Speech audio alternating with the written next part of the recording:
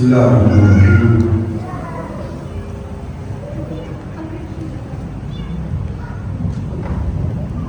الحمد لله رب العالمين، والصلاة والسلام على رسوله الأمين وعلى آله وصحبه أجمعين. سبحانك لا علم لنا إلا ما علمتنا إنك أنت العليم الحكيم. رب اشرح لي صدري ويسر لي أمري واحلل عقدة من لساني يفقهوا قولي. السلام عليكم ورحمة الله تعالى وبركاته. أرحب بالإخوة والأخوات وجميع الحضور في هذه الدورة الشرعية العلمية، والتي سنتدارس فيها بإذن الله عز وجل شرح معتقد أو شرح رسالة في معتقد الإمام الشافعي محمد بن إدريس الشافعي رحمه الله للإمام الشيخ الياسوفي رحمه الله. وفي البداية أتقدم بالشكر الجزيل للإخوة في المؤسسة وفي إدارة هذا المركز وإدارة هذا المسجد المبارك على استضافتي في هذه الدورة، فلهم مني كل شكر خاص تقديره. نعم.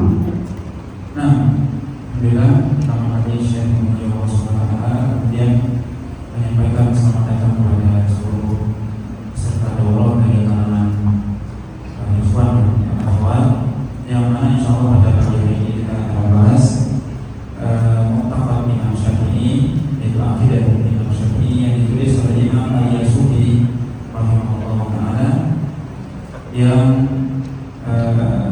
pertama kali berdasarkan sebelum kita memulai, saya berterima kasih kepada markas Bakar yang telah mengadakan acara ini, dan mudah-mudahan ini akan menjadi kebaikan bagi kita bersama. إن شاء الله تعالى ستكون المنهجية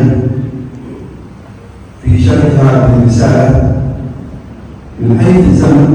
طبعا كما أخبرت من قبل الإدارة أن الدورة ستكون الساعة 8 إلى الساعة 12 ظهرا إن شاء الله تعالى. لذلك سنقسمها إلى قسمين، سنأخذ ساعتين الأولى ثم نعطيكم راحة نصف ساعة، ثم نرجع مرة أخرى ونكمل إلى الظهر إن شاء الله تعالى، حتى لا تملوا ولا تتعبوا. سنأخذ القسم الأول، سنأخذ رسالة واحدة للإمام الشافعي، لأن كتاب الياسوفي يحتوي على رسالتين للإمام الشافعي في العقيدة. سنأخذ أولا الرسالة الأولى إلى الساعة 10، ثم نعطيكم راحة نصف ساعة، ثم نعود في الساعة 10:30 إن شاء الله، ونأخذ الرسالة الثانية إلى الساعة 12:00. فاصبروا واحتسبوا جلوسكم في حلقة العلم في مجلس العلم في هذا المسجد المبارك إن شاء الله. Pembahasan kita pada pagi hari ini tentang kitab Mu'taqad Imam Syafi'i itu akan dibagi menjadi dua segmen atau dua sesi, yaitu yang pertama adalah sebenarnya dimulai dari jam 8 sampai jam 10 nantinya. Itu adalah sesi pertama dan akan dibahas bagian pertama dari kitab.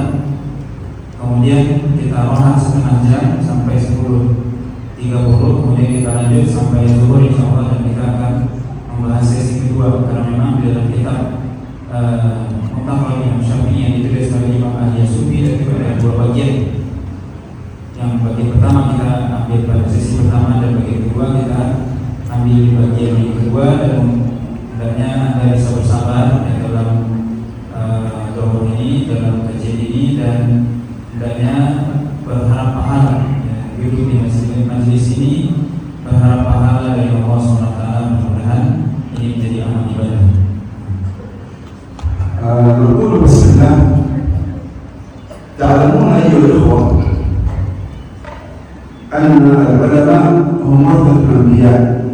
عليه الصلاة والتسليم. والعلماء هم حملة الوحي بعد زمن النبوة، والعلماء هم المبلغون عن الله ورسوله صلى الله عليه وسلم، وهم الداعون إلى الهدى الذي دعا إليه رسول الله صلى الله عليه وسلم والصحابة الكرام. فكم من عالم أفنى عمرهم في العلم والدعوة، وكم من عالم قضى وقته في تحقيق وتحرير لمسائل العلم،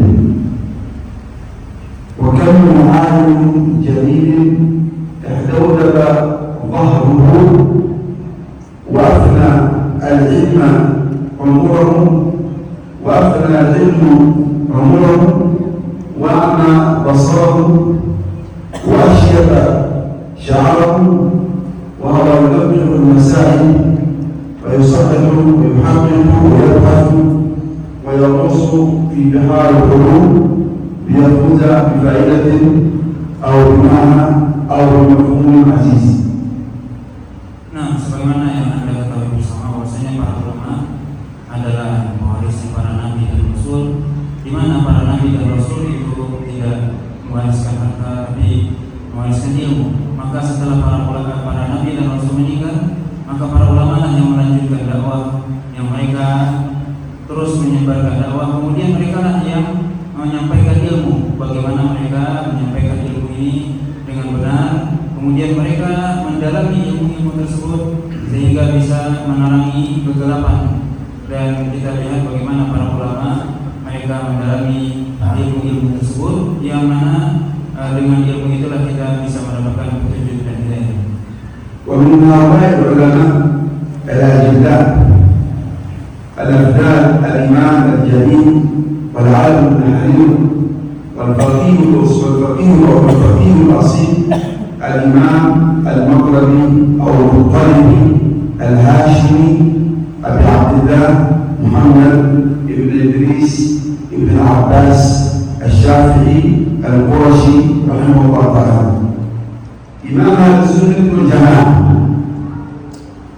والمدافع عن عقيدتها والمؤصل لمنهجها والصابر على البلاء في سبيلها رحمه الله رحمة واسعة. Nah, di antara para ulama tersebut adalah seorang imam yang beliau adalah seorang yang faqih, orang yang berusul, yaitu beliau adalah Imam Al-Mattalibi Al-Hashimi Al-Qurashi, yaitu Muhammad bin Idris Al-Syafi'i rahimahullah ta'ala, yang beliau adalah seorang imam yang besar, yang mana beliau menghabiskan umur beliau dalam ilmu. Kemudian beliau juga mendapatkan ujian-ujian yang sangat besar dalam kehidupan beliau ketika menerangkan ilmu dan menyampaikan ilmu kepada umat. الإمام الشافعي أبو عبد الله ولد سنة 450 هجرية بغزة أو الزاوية وصوله، وتوفي بمصر في سنة 204 هجرية ودفن بمصر، وهو الإمام الجليل ثالث الأربعة عند أهل السنة والجماعة، ومؤسس علم الأصول، المحدث الفقيه الأصولي اللغوي. نعم. Imam Asy-Syafi'i, Muhammad bin Idris Asy-Syafi'i, beliau dilahirkan di Gaza pada tahun 150 Hijriah. Kemudian beliau meninggal di Mesir pada tahun 204 Hijriah, dan beliau adalah termasuk ulama yang ketiga dari imam yang 4 mazhab. Kemudian beliau adalah di antara muassis atau yang memulai ilmu usul fikih, dan beliau juga ahli hadis. ونحن إن شاء الله تعالى سنشرح رسالتين للإمام الشافعي في العقيدة من هذا الكتاب الذي بين يديكم. وقبل أن نبدأ بشرح هذا الكتاب، أولا نعطي نبذة مختصرة عن الإمام الشافعي. من هو الإمام الشافعي رحمه الله تعالى؟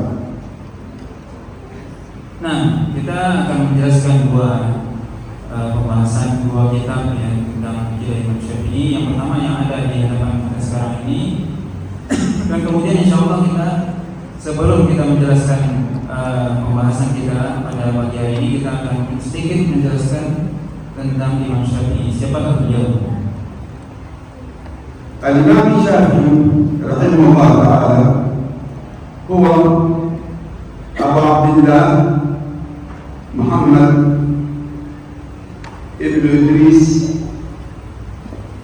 ibn Abbas ibn Uthman ibn Shafi' al-Hashimi al-Muttalib.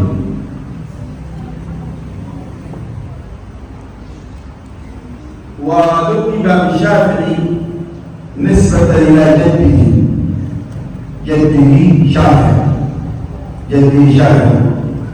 وهو في نسبته يرجع إلى المطلب ابن عبد مناف،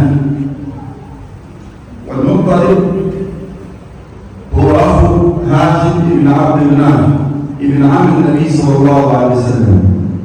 فإذا الشافعي يرجع نسبه إلى قريش،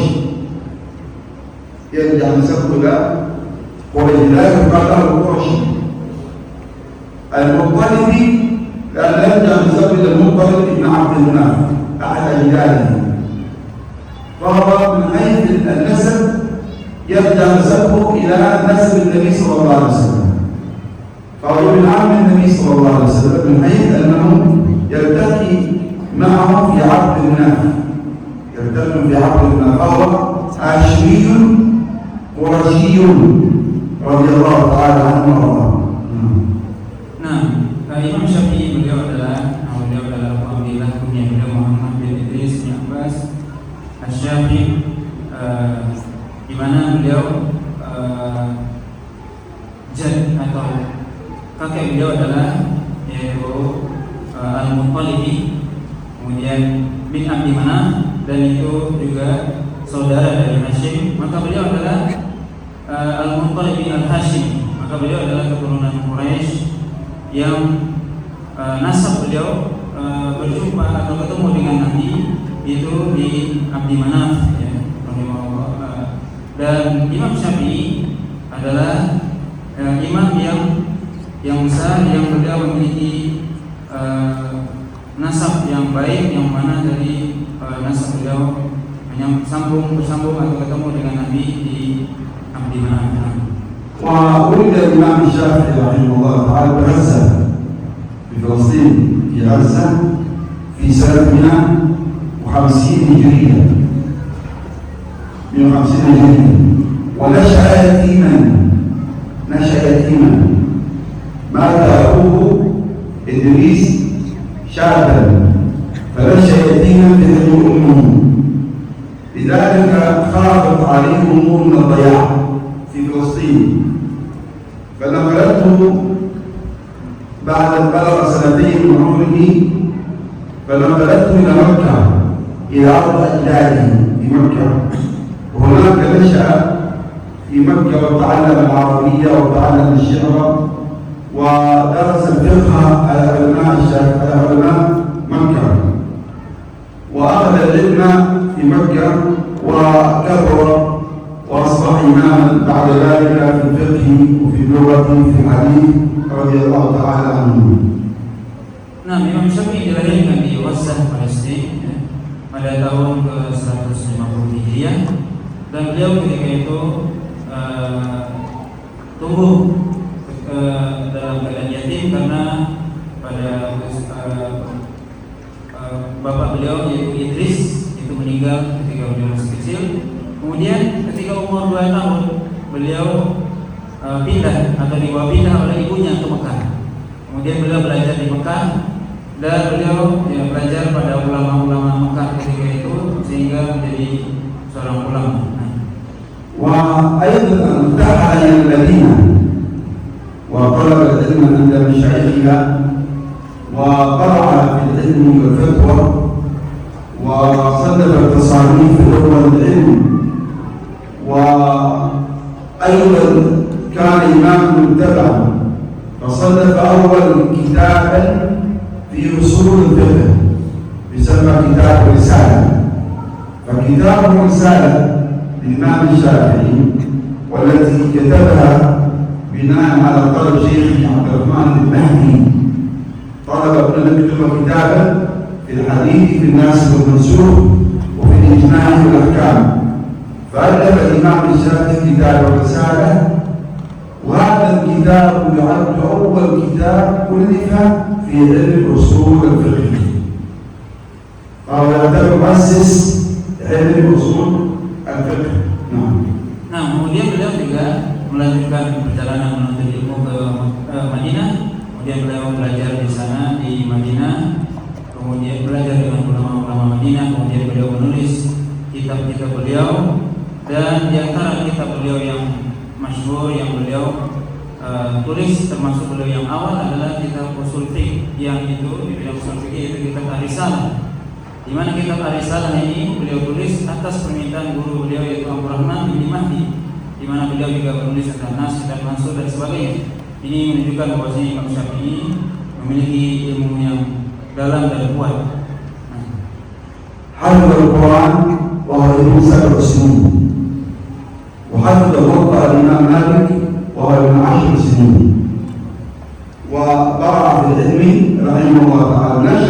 نشر مشايخه من أشهر مشايخه مسلم بن خالد الزوجي مفتي مكة،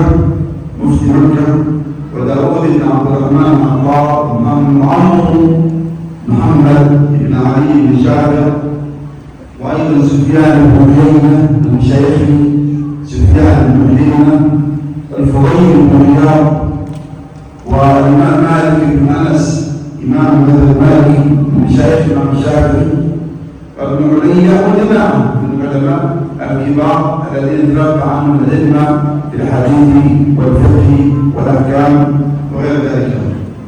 Nah, Imam Syafi'i sudah menghafal Al-Quran ketika beliau berumur 7 tahun, kemudian menghafal kitab Muwatta karena Imam Malik ketika berumur 10 tahun, dan banyak sekali guru-guru beliau, di antaranya yang paling terkenal adalah Muslim bin Khalid, kemudian juga Sufyan bin Uyainah, kemudian Fudail bin Imam Malik bin Anas, kemudian Ibnu Umayyah, dan juga ulama-ulama yang lainnya yang beliau menuntut ilmu kepadanya. من أشهر تلاميذه أبو عبيد القاسم بن سلام، وأيضا الإمام أحمد بن حنبل.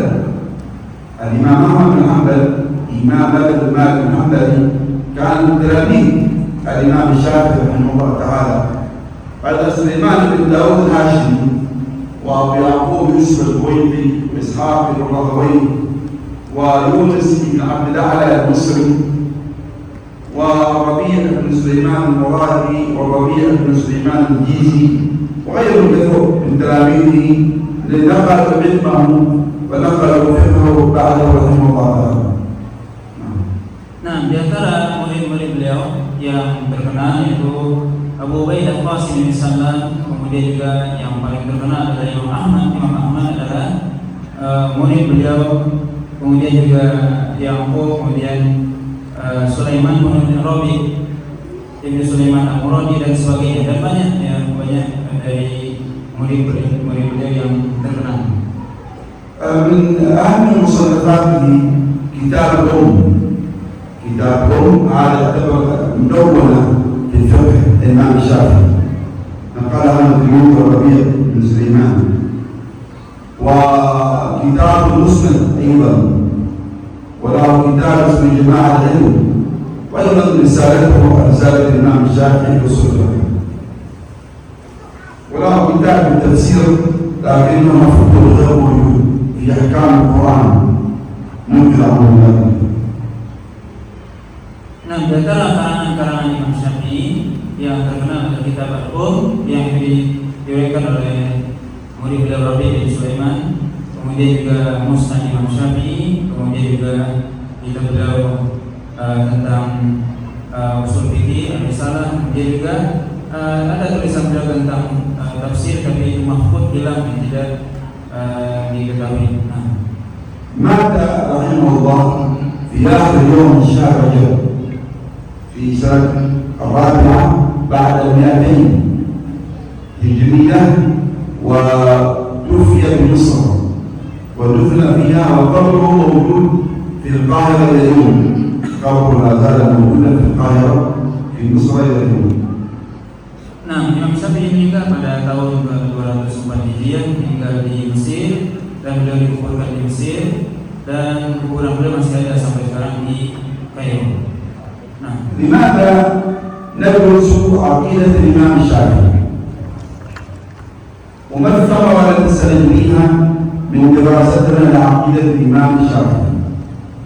ندرس عقيدة الإمام الشافعي أولا أداء لحق هذا الإمام والعالم الدليل عليها، أداء لحقه رحمه الله علينا، وانتصارا للحق الذي دعا إليه، وندافع عن عقيدته ونبين حقيقة معتقد الإمام الشافعي رحمه الله تعالى، ونكشف منهجه وصحة منهجه وسلامة دعوته، وأنه كان إمام السنة، كان إمام السنة، وكان إماما لأئمة السلف الكبار رحمهم الله جميعا. nah, kenapa kita belajar akidah Imam Syafi'i? Di sini disebutkan di antara sebab kita mempelajarinya adalah karena memang untuk menunaikan hak-haknya Imam Syafi'i yang beliau telah banyak jasa kepada kita. Kemudian juga untuk sebagai pembelaan kepada Imam Syafi'i dan terhadap apa yang beliau dakwahkan, dan juga membela menjelaskan hakikat dari akidah Imam Syafi'i itu sendiri, dan menyingkap tabir yang selama ini mungkin seolah akidah Imam Syafi'i itu berbeda dengan akidah para ulama selain beliau. Kemudian juga menjelaskan bagaimana manhaj dan akidah Imam Syafi'i yang sebenarnya, di mana beliau sebenarnya adalah imam Ahlus Sunnah, yang itu tentunya perlu untuk diketahui bersama.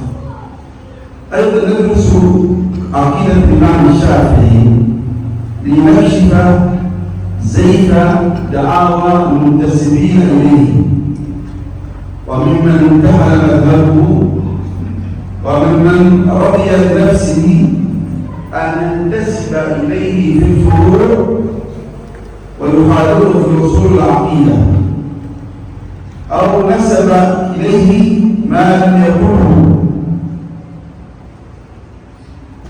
ولنبين لهم أن ما هم عليه بالمعتقد الآن، وإن كانوا شافعية، لكن ما هم عليه بالاعتقاد هو مخالف لما كان عليه إمام المذهب الإمام الشافعي رحمه الله تعالى، مخالف له في المعتقد ومخالف له في المنهج وفي الدعوة، بل تتناقض تماما مع عقيدة الإمام الشافعي الأصيلة التي كان عليها رحمه الله تعالى.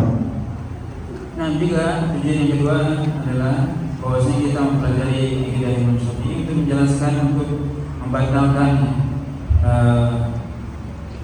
berbagai macam bentuk dari dakwah ataupun pengakuan-pengakuan yang dibuat-buat oleh orang-orang yang mereka menasabkan, menisbahkan dirinya kepada mazhab Imam Syafi'i dalam hal fikih, dalam hal furu', tetapi mereka menyelisihi Imam Syafi'i dalam hal akidah.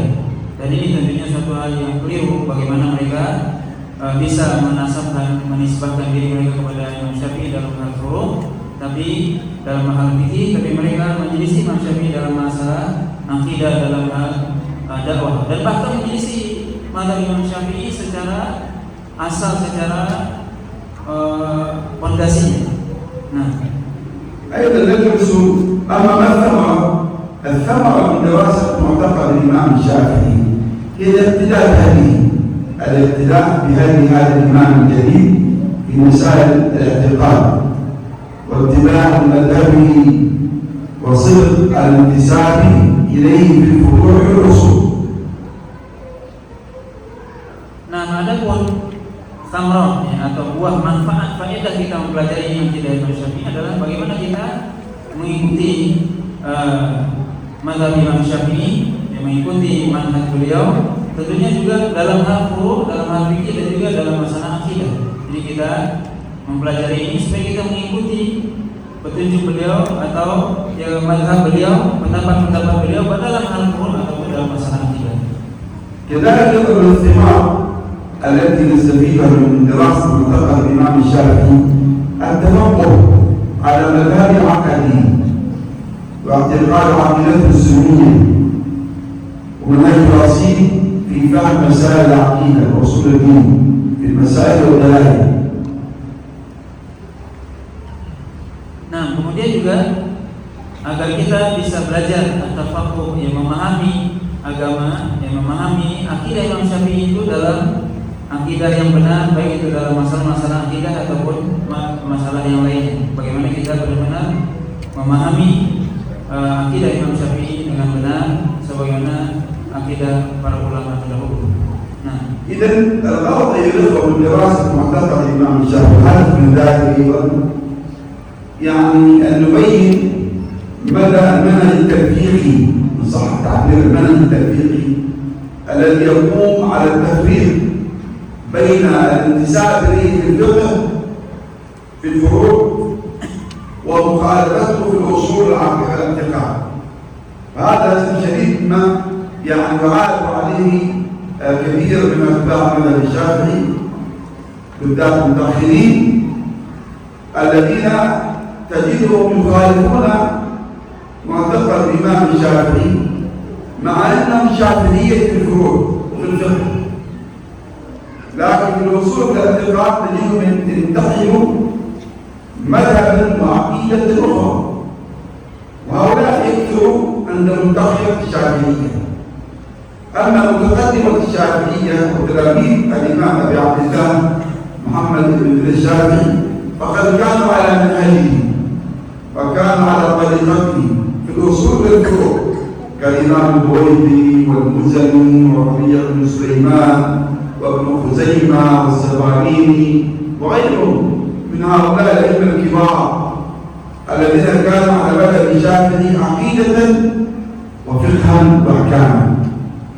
Nah, jadi tujuan kita mempelajari fikih akidah Imam Syafi'i ini adalah supaya kita bisa menjelaskan dan membedakan bagaimana mazhab Imam Syafi'i yang sebenarnya dalam hal furu' dan usul, di mana banyak orang-orang yang dia menisbahkan dirinya dalam hal furu' atau dalam hal fikih kepada mazhab Imam Syafi'i, tapi menyelisihi Imam Syafi'i dalam masalah usul atau akidah dan manhaj. Maka kita ingin menjelaskan hal tersebut supaya kita bisa memahami bahwasanya apa yang mereka akui itu tidak benar, dan itu sebenarnya datang dari sebagian besar dari ulama-ulama mutaakhirin dari mazhab Syafi'i. Adapun murid-murid beliau, ulama-ulama yang belajar dari beliau langsung, kemudian ulama-ulama kibar dari kalangan mereka, itu sesuai dengan mazhab Imam Syafi'i dalam hal akidah ataupun manhaj, seperti Imam Al-Buwaiti, kemudian Imam Rabi bin Sulaiman, kemudian Al-Muzani, As-Sifarini, kemudian Ibnu Khuzaimah dan yang lain, dan banyak para ulama-ulama Ahlus Sunnah dari kalangan mazhab Imam Syafi'i yang mereka mengikuti mazhab Imam Syafi'i dalam masalah akidah atau usul. هذه ترجمة بمقدمة بسيطة للتعريف بالإمام الشافعي ولماذا ننصح عقيدته. لا أريد أن أطيل مقدمة حتى ندخل في الكتاب مباشرة حتى الوقت لا يدركنا، لذلك سنبدأ بقراءة الكتاب. أظن معكم كتابي. سيقرأ الشيخ من المتن الكتاب وأنا سأعلم عليه. أنا سأعلم على قراءته حتى نأتي على طبعا مؤلف هذا الكتاب مؤلفه صدر الدين أبي وفا سليمان بن يوسف الياسوفي الدمشقي الشافعي رحمه الله تعالى، توفي في عام 789 هجرية، فهو متأخر في القرن الثامن الهجري عشر، وهو هذا كان سنيا وكان من محبي شيخ الإسلام ابن تيمية رحمه الله تعالى. وجمع الإمام الياسوفي صدر الدين رسالتين في معتقد الإمام الشافعي، وهذا يعتبر من أحد الكتب. هي رسالة صغيرة، يعني هو كتاب صغير، ولكن المحقق حكم في حواشي وإلا الكتاب صغير جدا لا يتجاوز 5 أوراق أو 6 أوراق، لكن حكم التحقيق أصبح يعني لا بأس به. وهذا يعتبر من أحد الكتب التي ألفت في معتقد الإمام الشافعي. في كتاب آخر الهكالي، تمام، أيضا الهكالي رحمه الله تعالى، الحسن الهكالي توفي في القرن الخامس الهجري في عام 486 هجرية.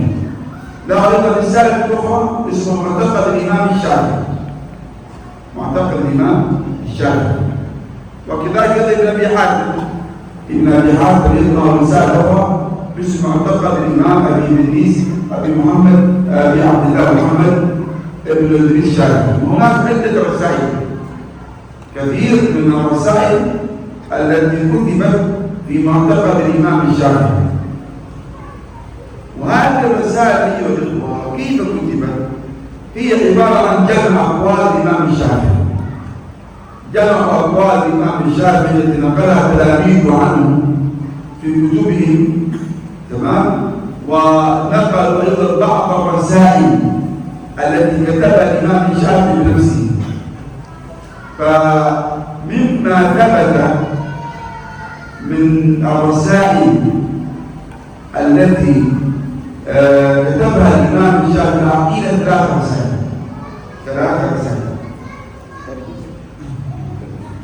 Nah, jadi ini sekilas tentang biografi Imam Syafi'i. Kita tidak akan memperpanjang karena waktu kita yang sempit. Insyaallah kita akan bahas yang kitab Muqtafah Imam Syafi'i yang ditulis oleh Syekh Sadruddin Sulaiman bin Yusuf al-Yasufi al-Dimashqi al-Syafi'i yang meninggal pada tahun 789 Hijriah. Ini beliau menulis sebenarnya ini ada 2 risalah. Maka sebenarnya Muqtafah Imam Syafi'i ini ada ditulis juga oleh yang lainnya. Di antaranya tadi disebutkan oleh Syekh Ibnu Abi Hatim juga menulis tentang Muqtafah Imam Syafi'i. Ya, tapi kita akan bahas yang ditulis oleh Imam Al-Yasufi, dan juga ada ditulis oleh Abul Hasan Al-Hakkari yang boleh disebutkan tadi meninggal pada abad ke-5 Hijriah. Dan perlu kita ketahui juga bahwasanya Imam Sadruddin Al-Yasufi ini termasuk yang beliau termasuk orang-orang yang mencintai Ibnu Taimiyah. Maksudnya adalah beliau termasuk yang mengikuti manhaj beliau. Sebagaimana nanti akan dijelaskan bahwasanya beliau termasuk yang mengikuti manhaj Imam Ibnu Taimiyah. Dan di antara bagaimana kata beliau risalah ini dikumpulkan. Jadi sebenarnya akidah Imam Syafi'i ini dikumpulkan adalah berdasarkan bagaimana sebagai murid-murid beliau itu mengumpulkan perkataan-perkataan Imam Syafi'i. Jadi risalah Muqtafah atau risalah tentang akidah Imam Syafi'i itu dibuat dan ditulis itu adalah ditulis oleh murid-murid beliau. Dikumpulkan perkataan-perkataan beliau dalam hal yang bersifat akidah, dan juga ada sebagian kecil ditulis oleh Imam Syafi'i, ya. Dan kebanyakan adalah dikumpulkan dari fatwa-fatwa ataupun perkataan-perkataan dari Imam Syafi'i berkaitan tentang akidah. هذه الرسالة وفي أيضا ابن الهكالي والبرزنجي وابن قدامة المقدسي وابن أبي حاتم، هؤلاء كلهم كتبوا في عقيدة الإمام الشافعي. وأيضا يوجد نقولات نقلها عنه تلاميذه وتلاميذ تلاميذه في أقوال للإمام الشافعي في مسائل العقيدة، في باب الأسماء والصفات، في باب القضاء والقدر، في باب النبوات، وأيضا في الرد على بعض الفرق في زمانه كالقدرية والجهمية وأيضا بعض مناظراته مع أهل البدع نقلت لنا نقلها تلاميذه، وكذلك أيضا له يعني أقوال في ذم علم الكلام، في ذم علم الكلام. هذه الأقوال الإمام الشافعي كلها موجودة في دواوين السنة، ككتاب شرح اعتقاد أهل السنة للألكائي، وكتاب الإبانة لابن بطة، وأيضا موجودة في كتاب الشريعة للآجري، وغيرها من كتب المسند الكبيرة التي ألفها قدماء أهل السنة ونقلوا فيها أقوال الإمام الشافعي في الاعتقاد. Jadi i'tiqad Imam Syafi'i ini ditulis sebenarnya juga oleh para ulama, yaitu murid-murid beliau yang mereka tadi disebutkan ada Imam As-Sabari, kemudian juga Al-Muzani dan yang lainnya, kemudian juga Al-Hakkari, kemudian Ibnu Abi Hatim juga menulis tentang muqaddimah Imam Syafi'i, yang juga disebutkan bahwasanya ada juga tulisan Imam Syafi'i tentang Dami ilmu kalam, yaitu masalah ilmu kalam. Kemudian juga disebutkan bahwasanya i'tiqad atau akidah Imam Syafi'i juga ditulis oleh para ulama-ulama yang bermadzhab Syafi'i seperti Al-Bahari, kemudian juga Al-Imam Ibnu Battah dan yang lainnya, yang itu adalah dalam kitab-kitab mereka. طبعا كتاب الياسوفي ذكر رسالتين للإمام الشافعي في العقيدة، هو كتبها الإمام الشافعي أجاب عن أسئلة. الرسالة الأولى باسم جزء في اعتقاد الإمام الشافعي، والرسالة الثانية باسم رسالة السنة، رسالة السنة. أبو الحسن الهكاري في كتاب اعتقاد الإمام الشافعي ذكر رسالة ثالثة هي وصية الإمام الشافعي، وذكر في مثال الاعتقاد، وإذا ذكر رسالة له أو يعني نقولات، ليس رسالة، نقولات له في ذم علم الكلام في القضاء والقدر وما شابه ذلك والرد على المبتدع. Al-Yusufi yang kitab yang ada dalam kita ini terdiri dari dua risalah, yang mana risalah pertama tentang i'tiqad Imam Syafi'i, kemudian juga yang kedua namanya As-Sunnah. Kemudian juga ada tambahan dalam riwayat Abul Hasan Al-Hakkari, yaitu wasiat dari Imam Syafi'i. طيب سنقرأ من الكتاب، يقرأ الشيخ ثم بعد ذلك نعلق عليه إن شاء الله تعالى. سنجيزكم في هذه الرسالة بعد انتهاء الدورة. Kita baca kitab ini, insyaallah saya akan memberikan ijazah kalau kita selesai dari baca kitab ini. Bismillahirrahmanirrahim. Qala al-musannif rahimahullahu taala, bismillahirrahmanirrahim. Wassallallahu ala sayyidina Muhammadin wa alihi wa sahbihi wa sallam. Wa taqaddal Imam Abi Abdillah Muhammad bin Idris Asy-Syafi'i qaddasallahu ruhahu wa radhiyallahu anhu. Qala Syekh al-Imam al-Hafiz Sadruddin al-Yusufi rahimahullahu taala, qala haddatsana lisanul adab wa hujjatul arab Badruddin Muhammad bin Najm ibn Najmuddin Makki ibn Abi Wanaim al-Ma'arri Asy-Syafi'i, qala akhbarana Syekh al-Imam al-Alim al-Amir al-Qubah al-Hafiz al-Mufti al-Khatib al-Zahid al-Arif al-Bari Syekhul Masyayikh Fakhrul Ummah Tajul Ulama Fakhrul Khutbah Abu Abbas Ahmad bin Ibrahim bin Umar bin Al-Faraj Al-Baruthi Asy-Syafi'i Khatib Jami' Dimashq rahimahullahu ta'ala, qala akhbarana Syekh al-Imam Badruddin Abil Qasim Ali bin Hafidh Abil Faraj bin Abdurrahman bin Ali bin Muhammad bin Al-Jawzi qaddasallahu ruhah, akhbarana Abi Sa'id Abdul Jabbar akhbarana Abu Sa'id Abdul Jabbar ibn Yahya ibn Hilal ibn Arabi qira'atan alaihi bi Baghdad, akhbarana Abu Al-Is Ahmad ibn Abdullah al-Urbari akhbarana Abu Talib Muhammad ibn al-Fath al-Mushari akhbarana Abu Hasan Ali ibn Abdul Aziz Mardakin Bardai akhbarana Abu Muhammad Abdurrahman ibn Abi Hatim Ar-Razi anba'ana Yunus ibn Abdul A'la Al-Misri Yunus ibn Abdul A'la Al-Misri qala sami'tu Aba Abdillah Muhammad ibn Idris Asy-Syafi'i radhiyallahu anhu yaqul wa qad su'ila an sifatillahi ta'ala wa ma yanbaghi an yu'mana bihi فقال لله تبارك وتعالى أسماء وصفات جاء بها كتابه وأخبر بها نبيه صلى الله عليه وسلم أمته لا يسمع. هنا ذكر الإمام الياسوفي رحمه الله استناده بهذه الرسالة الإمام الشافعي منه إلى الإمام الشافعي. الياسوفي عاش في القرن الثامن الهجري. الإمام الشافعي عاش في القرن الثاني الهجري. كم بينهما من الزمن؟ 600 سنة، 6 قرون، 6 أو 5 نعم 6 قرون بين الإمام الشافعي والياسوفي.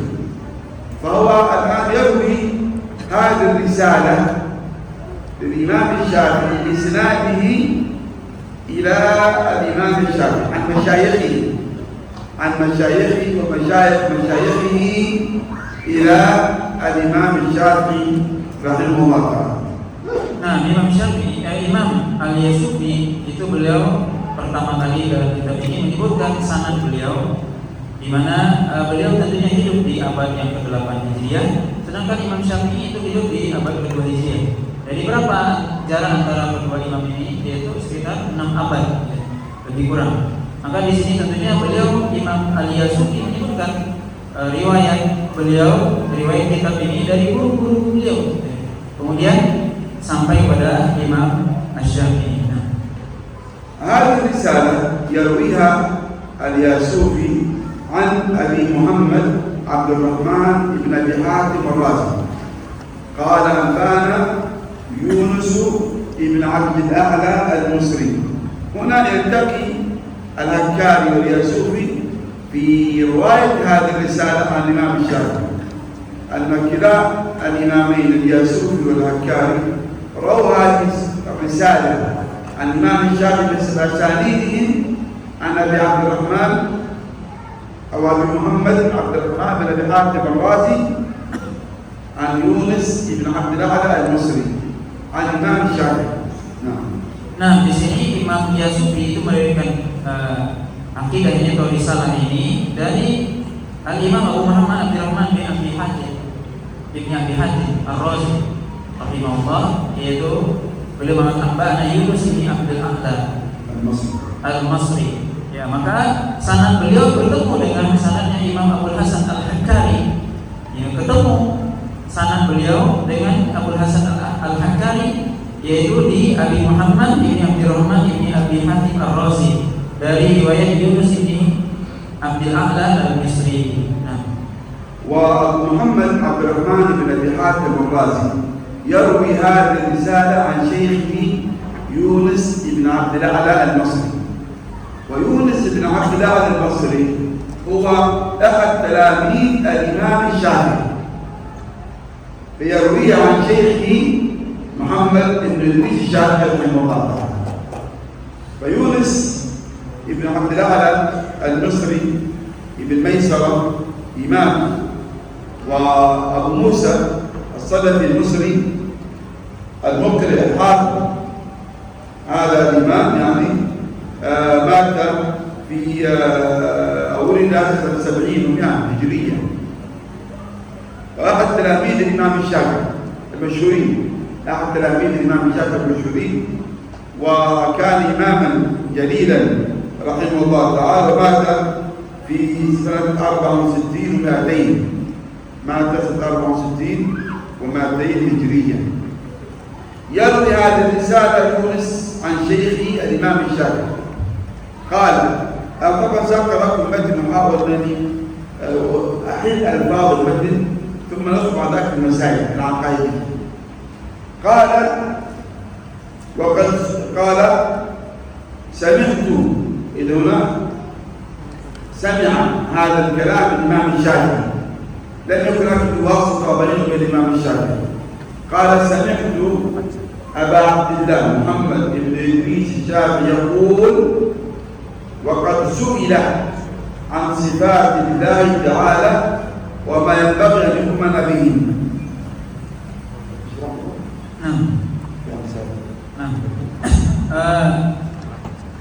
Risalah ini diriwayatkan oleh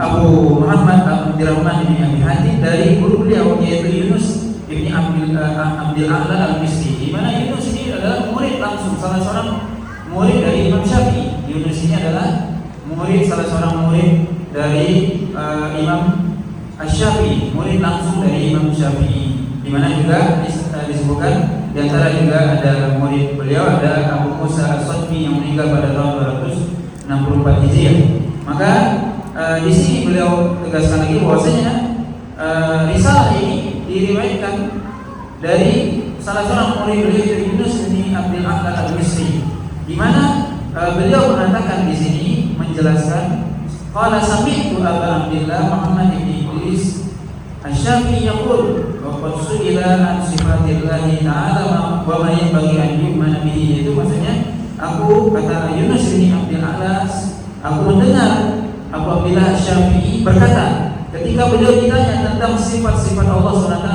dan apa-apa yang harus kita beriman dengannya. Baik, qawlu wa qad su'ila ay al-Imam Asy-Syafi'i sa'alahu sa'il an sifat Allah azza wa jalla wa ma yanbaghi wa ma yajibu an yu'mana bihi. Wa fi hadha an-nass إشارة إلى سبب تأليف هذه الرسالة. لماذا كتب الإمام الشافعي هذه الرسالة؟ كتبها جوابا عن سؤال سائل يسأله عن صفات الله عز وجل وما وقع فيها من خلاف في زمانه فيه موضوع الأسماء والصفات. وهذا السائل الذي من الله ربما يكون على تلاميذه كالإمام الشافعي، وربما يكون عوام الناس سألوا، لم يذكر اسم السائل المعروف، لكن الذي يفيدنا هنا أن الإمام الشافعي كتب هذا الجواب وهذه الرسالة ردا عن سؤال سائل يسأل عن موضوع الأسماء والصفات. Nah, perkataan beliau waqad su'ila artinya sungguh beliau ditanya, Imam Syafi'i ditanya. Ini menunjukkan bahwasanya ada seorang yang bertanya kepada Imam Syafi'i, kemudian beliau menjawab, dan ini menunjukkan bahwasanya sebuah isyarat bahwasanya risalah ini atau kitab ini ditulis itu sebabnya ada. Apa sebabnya? Itu sebagai jawaban dari sebuah pertanyaan. Bisa jadi yang bertanya adalah salah seorang murid Imam Syafi'i atau orang lain, tapi tidak diketahui, tidak disebutkan di sini siapa yang bertanya. Tapi yang jelas di sini adalah risalah ini ditulis sebagai jawaban dari sebuah pertanyaan yang ditanyakan kepada Imam Syafi'i berkaitan dengan sifat Allah SWT. والخلاف في مسألة الأسماء والصفات، أي أسماء الله وصفاته، وقع قبل الإمام الشافعي. وقع أول ما بدأ تلك الفرق في الظهور في المسلمين كان في أواخر القرن الأول الهجري، وأول بدعة كلامية عقائدية ظهرت في المسلمين هي بدعة الخوارج. بدعة الخوارج في زمن أمير المؤمنين علي بن أبي طالب رضي الله تعالى عنه، والقول بتكفير المسلمين بالمعاصي. ثم بعد ذلك تلاها بدعة التشيع الشيعة وبدعة القدرية وبدعة المرجئة. فهذه أصول الفرق باعتبار أول ما ظهرت الأمة الإسلامية في أواخر القرن الأول الهجري وبداية القرن الثاني الهجري. Nah, al-khilaf atau permasalahan dalam masalah nama dan sifat Allah SWT perbedaan pendapat tentang nama dan sifat Allah SWT itu sebenarnya telah terjadi sebelum Imam Syafi'i. Artinya sudah terjadi sebelum lahirnya Imam Syafi'i. Itu sudah ada khilaf tentang nama dan sifat Allah SWT, dan bahkan itu terjadi di akhir abad yang pertama, ya, di akhir abad yang pertama Hijriah, di mana sebenarnya bid'ah atau khilaf yang terjadi di tengah umat pertama kali sebenarnya terjadi pada fitnah Khawarij yang terjadi ketika itu mereka mengkafirkan kaum muslimin. Kemudian setelah itu terjadi fitnah Tasyayyu'h Syiah, kemudian terjadi fitnah Qadariyah dan sebagainya. Itu terjadi di akhir-akhir abad pertama Hijriah. Nah, وأول بذور الخلاف في مسألة الأسماء والصفات ظهرت عند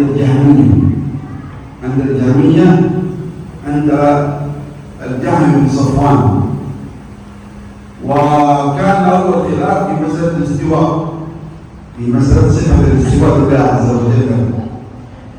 ثم في أول القرن الثاني الهجري ظهرت الجهمية وظهرت المعتزلة، بعد ذلك وظهرت القول أيضا المرجئة والجبرية. فهذه الفرق كلها ظهرت قبل الإمام الشافعي، قبل أن يأتي الإمام الشافعي رحمه الله تعالى.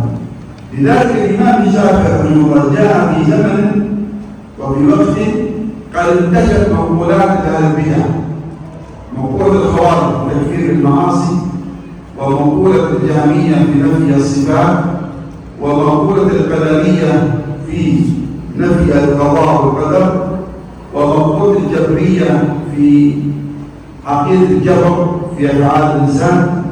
هذه العقائد كلها ظهرت قبل الإمام الشافعي.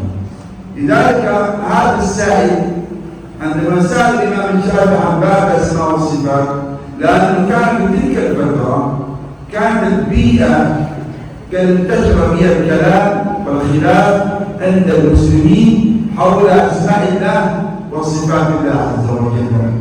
لذلك جاء هذا الرجل ربما يكون طالبه وربما يكون رجل من عوام المسلمين، جاء يستفسر عن هذه المسائل الخلافية من الإمام الشافعي، ما قولك وما الحق فيها التي يجب أن يؤمن به المسلم في باب هذه الأسماء والصفات. Awal terjadinya fitnah tentang asma wa sifat ini lahir adalah dari kelompok Jahmiyah, yaitu mengikut Jahm bin Safwan, dan di akhir abad pertama Hijriah. Dan itu awal terjadinya adalah dalam masalah istiwa, ya, dalam permasalahan istiwa. Kemudian setelah itu lahirlah setelahnya mazhab Mu'tazilah, ya, dan terus ya, berlanjut dengan Jabariyah, Qadariyah dan sebagainya. Dan memang sebelum Imam Syafi'i lahir itu sudah terjadi fitnah-fitnah. Ya, mulai dari fitnah Khawarij pertama kali mengkafirkan orang-orang yang melakukan dosa besar. Kemudian terjadi fitnah Jahmiyah yang menafikan sifat-sifat Allah SWT. Kemudian terjadi fitnah Qadariyah yang menafikan qadar, bahwasanya Allah SWT, bahwasanya manusia itu melakukan sesuatu dengan takdir ataupun dengan kehendaknya sendiri. Kemudian terjadi fitnah Jabariyah yang kebalikan dari Qadariyah, dan itu semua itu sudah fitnah terjadi sebelum Imam Syafi'i ada. Jadi ketika Imam Syafi'i lahir, maka memang Imam Syafi'i sudah, ketika itu beliau di bid'ah yang di lingkungan yang memang sudah mulai terjadi fitnah-fitnah, baik itu dalam masalah takdir, dalam masalah asma wa sifat. Makanya ada seseorang yang bertanya kepada Imam Syafi'i yang ketika itu, dan memang fitnah sudah terjadi. Maka ada yang bertanya, bisa jadi salah seorang dari murid beliau atau memang orang awam yang mereka melihat atau mendengar tentang fitnah ini, kemudian bertanya kepada Imam Syafi'i. إذن السؤال هو عن ماذا؟ عن صفات الله عز وجل، أي أسماء الله وصفاته التي يجب أن نؤمن بها. فجاء الإمام الشافعي فقال: ماذا قال الإمام الشافعي؟ ما الجواب؟ فقال: لله تبارك وتعالى أسماء وصفات جاء بها كتابه وأخبر بها نبيه صلى الله عليه وسلم أمته. هذا الجواب من الإمام الشافعي هو واحد: أو فيه مسائل. المسألة الأولى أن الإمام الشافعي رحمه الله تعالى يثبت ويقر ويؤمن أن لله عز وجل أسماء وصفات ثابتة في الكتاب والسنة، ثابتة في الكتاب والسنة. وهذا يفيدنا على أن الإمام الشافعي رحمه الله تعالى مصدره ومصدر التلقي عنده في مسائل الاعتقاد هو الكتاب والسنة. وأيضا يفيدنا أن الإمام الشافعي رحمه الله تعالى يستدل على مسائل العقيدة بالقرآن الكريم وبسنة النبي صلى الله عليه وسلم. وأيضا يفيدنا هذا الجواب من الإمام الشافعي أن الإمام الشافعي رحمه الله تعالى يرى الاحتجاج بالسنة في مسائل العقيدة وأنها حجة شرعية كما في الأحكام. وهذا فيه رد على من يقول لا تقبل الأحاديث في الاعتقاد، وهذا مذهب بعض الأشاعرة ومذهب الجهمية والمعتزلة. فالإمام الشافعي رحمه الله تعالى يستدل بالسنة على مسائل الاعتقاد. Nah, jadi Imam Syafi'i menjawab ya. Jadi pertanyaan tadi tentang sifat Allah SWT, sifat Allah SWT dan apa yang perlu kita beriman dengannya. Kemudian kita lihat di sini bagaimana Imam Syafi'i menjawab. Di mana Imam Syafi'i mengatakan lillahi tabaraka wa ta'ala asma'un wa sifatun jaa biha kitabuhu akhbar biha nabiyyu sallallahu alaihi wasallam ummatahu. Yaitu bagaimana di sini artinya adalah bahwasanya Allah SWT memiliki nama-nama dan sifat-sifat sebagaimana yang datang di dalam kitabnya yaitu Al-Quran, dan juga diberikan kabar oleh nabinya sallallahu alaihi wasallam yaitu As-Sunnah. Maka di sini kita bisa mengambil faedah pertama bahwasanya jawaban Imam Syafi'i ini memberikan faedah kepada kita bahwasanya Imam Syafi'i itu menetapkan bahwasanya Allah SWT memiliki nama dan sifat, di mana nama dan sifat itu ditetapkan melalui Al-Quran dan Sunnah. Dan Imam Syafi'i berdalil dengan Al-Quran dan Sunnah dalam menetapkan nama dan sifat. Dan begitu juga ya, ini menunjukkan dari jawaban Imam Syafi'i juga memberikan faedah kepada kita bahwasanya Imam Syafi'i itu berdalil dengan Al-Quran dan Sunnah dalam masalah akidah, terlebih dalam masalah akidah, dalam masalah Sunnah, yaitu Imam Syafi'i berdalil dengan Sunnah, dengan hadis dalam masalah akidah. Dan ini menjadi sebuah rad sebagai bantahan bagi orang-orang yang mereka tidak berdalil dengan Sunnah dalam hal masalah akidah, sebagaimana pendapat sebagian Asy'ariyah, kemudian juga sebagian Jahmiyah dan juga sebagian dari Mu'tazilah.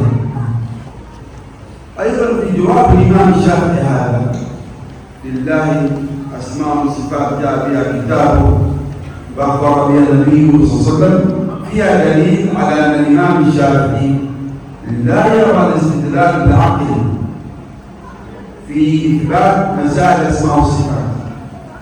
لذلك هو اكتفى فقط بالمصدرين، صح؟ اكتفى بالمصدرين الكتاب والسنة ولم يذكر العقل. لماذا؟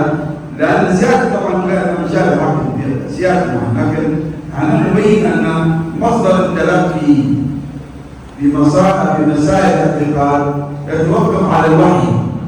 ما هو الوحي؟ الكتاب والسنة. لماذا؟ لأن مسائل الأسماء والصفات من مسائل غيبية، مسائل الغيب التي لا تدرك ولا تعرف ولا تعلم إلا بنص من الوحي يخبرنا عنها. فلا نستطيع أن ندرك أسماء الله أو ندرك أو نعرف حقيقة صفات الله وأسماءه إلا إذا تبرر بها الوحي من الكتاب والسنة. فلا مجال العقل في إثبات الأسماء والصفات، لا مجال العقل في إثبات الأسماء والصفات إلا على جهة العموم وليس على جهة التفصيل. مسيرة معه إن شاء الله تعالى في موضعه. فالشاهد أن مصدر الاعتقاد عند الإمام الشافعي هو الكتاب والسنة، وهذا الذي عليه أئمة الإسلام قبل الإمام الشافعي وبعد الإمام الشافعي، أن يعتمدون في إثبات مسائل العقيدة على كتاب الله عز وجل وعلى سنة النبي صلى الله عليه وسلم. وهذا بدأ الصحابة الكرام أيضا كانوا يعتمدون على مصدر الوحي في مسائل العقيدة. Nah, yang kedua juga yang perlu kita pahami di sini, bahwasanya faedah di sini adalah bahwasanya Imam Syafi'i tidak menjadikan akal sebagai dasar dalam menetapkan masalah akidah. Bahwasanya akal itu bukanlah menjadi dasar atau rujukan dalam menetapkan masalah akidah. Di mana Imam Syafi'i di sini menjelaskan bahwasanya masalah nama dan sifat Allah SWT dan itu adalah masalah akidah ditetapkan dari Al-Quran dan Sunnah. Maka masalah asma wa sifat, nama dan sifat Allah harus ditetapkan dengan Al-Quran ataupun Sunnah, tidak dengan akal. Kenapa? Karena ghaibiyah. Karena dia termasuk yang ghaib, yang sesuatu yang ghaib itu yang tidak bisa ditangkap oleh indera kita, oleh penglihatan, pendengaran dan sebagainya. Yang mana masalah yang ghaib ini hanya berdasarkan dari Al-Quran dan Sunnah, khabar yang dikhabarkan dari Allah SWT dan Rasul dalam Al-Quran dan juga Rasulullah SAW dalam Sunnahnya. Maka ini adalah akidah dan manhaj para ulama sebelum Imam Syafi'i, termasuk juga ini adalah manhajnya para sahabat, bagaimana mereka menetapkan nama dan sifat Allah SWT berdasarkan Al-Quran dan Sunnah, bukan berdasarkan akal. Dan inilah manhaj halaqi dalam manhaj Ahlus Sunnah, yaitu Al-Quran dan Sunnah bukan dengan akal. Walaupun nanti akan disebutkan bahwa akal ada secara umum, tapi bukan secara tafsir. Nah, والإيمان بأسماء الله وصفاته يستلزم إثباتها وإقرارها والتصديق بها بما أنها أخبر بها الله وبما أنها أخبر بها رسول صلى الله عليه وسلم كما قال الإمام الشافعي، إذا وجب التصديق بها.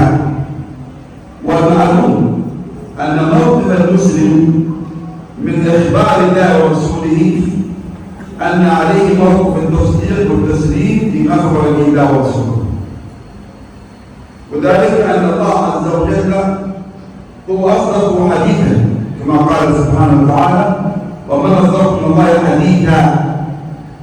وقال سبحانه وتعالى أيضا: الله أنزل أحسن الحديث كتابا متشابها. أحسن الحديث هو كتاب الله، ما جاء في كتاب الله عز وجل. إذا يخبرنا الإمام الشافعي بما أن أسماء الله وصفاته ثابتة في الكتاب والسنة. إذا ما الواجب؟ الواجب أن نؤمن بها، أن نصدقها، أن نثبتها لله عز وجل.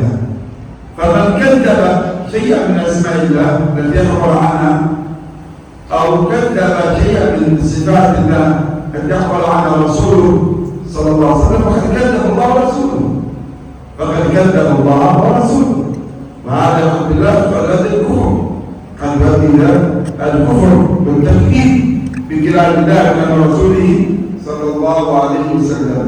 لذلك بما أن الله أخبر عن أسمائه وأخبر عن صفاته، وبما أن رسول الله أخبر عن أسماء الله وأخبر عن رسوله، إذا الواجب علينا التسليم والتصديق والإقرار بما جاء عن الله ورسوله صلى الله عليه وسلم.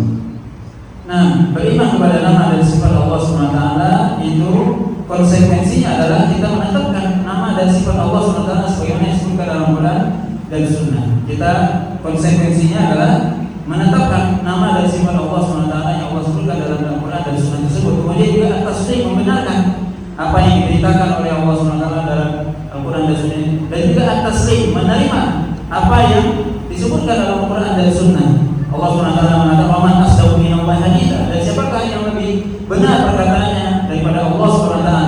Maka wajib bagi kita untuk mengimani. Ketika kita mengimani nama dan sifat Allah, berarti kita menetapkannya, membenarkannya, dan menerima konsekuensi dari nama dan sifat Allah tersebut. Dan sebaliknya, seorang jika dia mendustakan nama dan sifat Allah SWT, berarti dia sudah mendustakan Allah dan Rasulnya, karena dia mendustakan Al-Quran dan hadis yang Allah SWT berbicara dengannya dalam Al-Quran, dan juga Nabi SAW sampaikan dalam Al-Quran, dalam hadis Nabi SAW. Maka jadi kesimpulannya adalah bagaimana kita ketika beriman kepada nama dan sifat Allah, maka kita harus benar-benar menetapkan nama tersebut, kemudian membenarkannya dan menerima apa yang disampaikan. Wa asma'ullah tusamma al-husna. Asma'ullah husna. Ma ma'na al-husna? Ma ma'na al-husna? Ay balighat al-husni wal kamal. Fala naqsa fiha wajh min al-wujuh. Fa asma'ullah husna balighat al-kamal bil-husni wal kamal. فلا نقص فيها بخلاف أسماء المخلوق. فالمخلوق قد يسمي نفسه باسم لكن فيه نقص، فيسمي نفسه عادل وهو ظالم، وقد يسمي نفسه عزيز وهو ذليل، وقد يسمي نفسه كريم وهو رحيم، وقد يسمي نفسه يعني عالم وهو جاهل. فأسماء المخلوق فيها نقص، أما أسماء الله كلها كمال تدل على كمال الذات وكمال الأسماء والصفات، فلا نقص فيها إطلاقا. لذلك قيل الحسنى. الحسنى صيغة مبالغة، صيغة ليست أحسن، لا، أسماء الله ليست أحسن، أسماء الله حسنى أكثر من حسن. Nah, asma'ullah yang husna. Apa arti asma'ul husna? Yaitu artinya balighatun fil husni wal jamal wal kamal. Bahwasanya Allah SWT memiliki nama yang indah, yang benar-benar indah, yang sempurna keindahannya, yang tidak ada di dalamnya aib dan kekurangan. Ya, dan ini berbeda dengan nama makhluk kita. Mungkin ada yang namanya Karim tapi dia bakhil, yang dia memiliki nama Rahim tapi dia sebaliknya. Ya, dan ini adalah perbedaan antara nama Allah SWT dengan nama makhluk. Ya, bagaimana nama Allah SWT itu husna, dan husna itu siwa mubalaghah, ya, bukan ahsan tapi husna, lebih baik, sempurna kebaikannya, yang tidak ada keburukannya atau celah ataupun aib, baik dalam zatnya ataupun sifatnya. وأسماء الله عز وجل هي التي أثبتها الله نفسه في القرآن، وأسماء أثبتها رسوله صلى الله عليه وسلم في السنة النبوية. فهذه يجب أن نؤمن بها جميعا ونصدقها ونقر بها، والدليل عليها كثير في القرآن والسنة. فقد قال الله سبحانه وتعالى: ولله الأسماء الحسنى فادعوه بها. وقال تعالى: قل ادعوا الله أو ادعوا الرحمن أيما تدعوا فله الأسماء الحسنى. وقال سبحانه وتعالى: الله لا إله إلا هو له الأسماء الحسنى. وقال النبي صلى الله عليه وسلم كما في حديث أبي هريرة في البخاري ومسلم، قال صلى الله عليه وسلم: إن لله 99 اسما من أحصاها دخل الجنة. Nah, nama Allah SWT yang Allah sebutkan dalam Al-Quran, dan juga nama Allah SWT yang Nabi sebutkan dalam sunnah Nabi SAW, maka wajib kita mengimaninya. Dan dalilnya tentunya banyak, baik dalam Quran ataupun sunnah Nabi SAW. Allah SWT mengatakan: walillahi asmaul husna fad'uuhu biha. Dan Allah SWT memiliki nama-nama yang indah, maka berdoalah dengannya. Ayyamma tad'u falahul asmaul husna. Nama mana saja yang engkau berdoa dengannya, maka Allah SWT memiliki nama-nama yang indah. Kemudian juga Nabi SAW mengatakan: inna lillahi tis'atan wa tis'ina isman man ahsaha dakhala jannah. Bahwasanya Allah SWT memiliki nama-nama yang indah, 99 nama yang indah. Maka Allah SWT memiliki nama-nama yang indah yang Allah sebutkan dalam Al-Quran, dan juga Nabi SAW sebutkan dalam hadisnya. أما صفات الله فصفات الله عز وجل منها ما هي صفات ذاتية لله عز وجل، اتصف الله في ذاته كصفة السمع وصفة البصر وصفة الوجه والكلام وصفة الحياة والعلم، كما سيذكر الإمام الشافعي بعض من هذه الصفات، سيذكر بعض منها. وأيضا الصفات الفعلية كصفة النزول وصفة الاستواء وصفة الاتيان وصفة الخلق وصفة الرزق وغيرها من صفات الأفعال. فهذه كلها الصفات هي نؤمن بها ونقر بها كما جاء في كتاب الله وسنة رسوله صلى الله عليه وسلم. Nah, sifat Allah SWT itu dibagi menjadi dua macam. Ada sifat dzatiyah dan sifat fi'liyah. Sifat dzatiyah yaitu sifat yang selalu ada pada zat Allah SWT, seperti sama, yaitu mendengar, basar, melihat, kemudian wajah Allah SWT, sifatul kalam, Allah berbicara, al-hayya, Allah SWT mampu dan sebagainya. Dan juga ada sifat fi'liyah yang mana Allah SWT melakukannya sesuai dengan kehendaknya, seperti sifat nuzul, yaitu sifat nuzul, turun, Allah SWT turun, kemudian istiwa ala arsy, kemudian sifatul khalq yang Allah SWT menciptakan dan yang lainnya. Ini adalah sifat fi'liyah yang itu berkaitan dengan kehendak Allah SWT. وقال الإمام الشافعي لله أسماء وصفات أخبر به في الكتاب وسنة رسوله يدلنا على ما يدلنا على أن أسماء الله وصفاته توقيفية هذا بعد الأسماء والصفات. أسماء الله وصفاته توقيفية. ما معنى التوقيفية؟ أي لا يثبت لله اسما ولا يثبت لله صفة إلا إذا جاء ورد بالكتاب والسنة، فيتوقف في إثباتنا على الكتاب والسنة، فلا نسمي الله باسم إلا إذا دل عليه دليل من الكتاب والسنة. فمثلا عندما سمى النصارى الله بالأب، هل الأب من أسماء الله؟ لا، صح؟ ليس من أسماء الأب أو الآب. لماذا؟ لأن لم يرد الكتاب والسنة، فلا نسمي الله بالأب. أنا هذا نقص، اسم ليس حسن بل اسم نقص ضعيف في حق الله. كذلك عندما سمى الله الفلاسفة سمى الله من العلة الفاعلة، هذا الاسم لم يكن في الكتاب ولا في السنة، فلا يثبت لله. إذا إثبات أسماء الله توحيدي يتوقف على الكتاب والسنة. كذلك صفات الله لا نصف الله بأي صفة إلا بدليل من الكتاب والسنة. إن قلت مثلا الله استوى ما الدليل؟ إن قلت الله في كل مكان ما الدليل؟ إن قلت الله يتكلم ما الدليل؟ إن قلت الله حي ما الدليل؟ عندنا ما الدليل؟ بمعنى ما الدليل من الكتاب والسنة الذي يدل على تلك الصفة؟ إن دل عليه الدليل آمنا بها وصدقنا بها وآمنا بها واتبعنا الله عز وجل. إذا دل عليه الدليل فلا نؤمن بها ولا نتمثل بها، يتوقف فيها. إذا فلذلك يقول العلماء أن أسماء الله وصفاته توقيفية، يتوقف لا مجال للرأي ولا للعقل في إثباتها، بل العمدة في ذلك على ما ورد في الكتاب والسنة.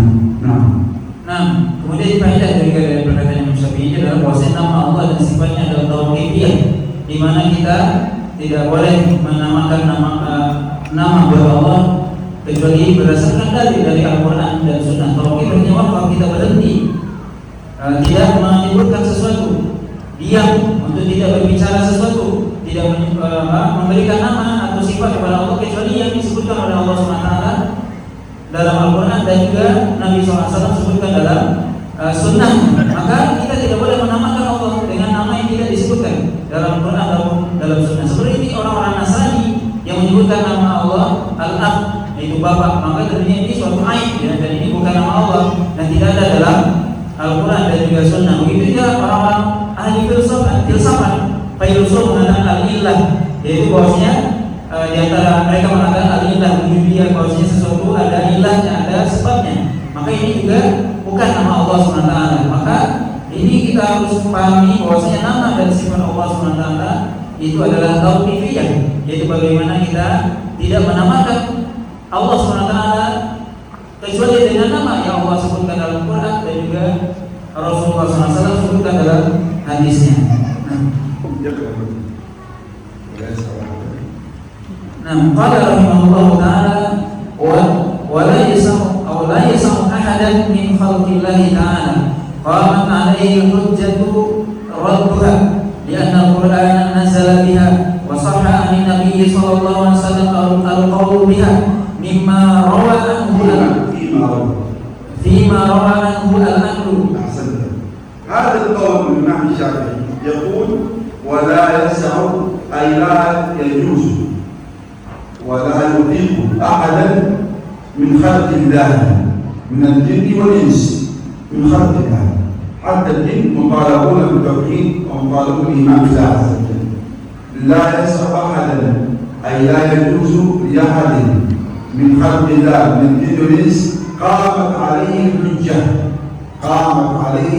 الحجة أي الدليل من كتاب السنة، الحجة البينة الظاهرة الواضحة على إثبات أسماء الله وصفاته. قال لا يسع أحدا ردها أي رد أو عدم إثبات أو عدم قبول ما جاء في الكتاب والسنة الأسماء والصفات. لماذا يا إمام؟ قال لأن القرآن نزل بها، لأن القرآن نزل بإثبات وبإقرار الأسماء والصفات، وصح في إثباتها عن النبي صلى الله عليه وسلم القول بها، أي القول بتلك الأسماء والصفات فيما روى عنه العدل هو المسلم الثقة الضابط الذي سلم من خوار المروءة وسوء الحفظ يسمى العدل. أي يقول الإمام الشافعي معنى كلمة ما معنى هذه العبارة؟ ما معنى يقول الإمام الشافعي أي إذا ثبتت أسماء الله وصفاته في الكتاب وصحيح السنة التي ينقلها الجمهور الضابطين، تمام؟ إذا ثبتت أسماء الله وصفاته في القرآن وصحيح السنة وقامت به الحجة البينة الظاهرة الواضحة، إذا فلا يجوز لأحد كائنا من كان أن يردها أو يقبلها. هذا معنى كلام الإمام الشافعي رحمه الله تعالى. Nah, kemudian Imam Al-Sufyan rahimahullah taala wala yasam ahadan, bahwasanya tidak boleh bagi seorang pun dari makhluk, termasuk di sini adalah manusia dan jin, yang mereka telah sampai kepadanya hujjah qamat alaihi hujjah, yaitu sudah sampai kepadanya hujjah Al-Quran dan Sunnah yang menjelaskan tentang nama dan sifat Allah, maka tidak boleh baginya ronda menolaknya. Kenapa? Karena Al-Quran telah turun dengan artinya apa? Bahwasanya seseorang tidak boleh, seorang muslim baik dia dari kalangan jin ataupun manusia yang sudah sampai kepadanya berita tentang nama dan sifat Allah, qamat alaihi hujjah dari Al-Quran dan Sunnah, kemudian menolak nama tersebut. Kenapa? Dia Al-Quran nazar, ya karena Allah SWT Al-Quran telah turun dengan yang telah membawa nama dan sifat Allah tersebut. Kemudian wasfaha ani Nabi SAW al-qaul biha, dan telah sahih, telah benar khabar dari Nabi SAW, bahkan Nabi telah berkata tentang itu, bahwasanya Nabi mengatakan ini nama Allah, ini sifat Allah, sudah sahih riwayatnya yang diriwayatkan oleh orang-orang yang adil, yaitu perawi muslim yang thiqah yang terpercaya. Artinya maksud dari perkataan mu'allif atau penulis di sini rahimahullah adalah kalau seandainya sudah tetap atau ditetapkan nama dan sifat Allah SWT dari Al-Quran, kemudian juga datang telah sahih dari Nabi SAW nama dan juga sifat Allah SWT yang sudah sampai kepada seseorang, maka tidak boleh dia menolaknya, karena sesuatu itu sudah ditetapkan melalui Al-Quran dan Sunnah yang sahih. وفي كلام الإمام الشافعي هذا فيه فائدة وهي أن الواجب على المسلم إذا ثبتت عنده الأسماء والصفات في الكتاب وصحيح السنة وصح بها الخبر، تمام، واجب عليه التصديق والتسليم والقبول والإذعان بما جاء عن الله ورسوله صلى الله عليه وسلم. التصديق والإذعان والقبول بما جاء عن الله ورسوله صلى الله عليه وسلم، هذا واجب التصديق والانقياد والاتباع. فلا يعارض شيء مما ورد في الكتاب والسنة لا بوحي ولا بعقل ولا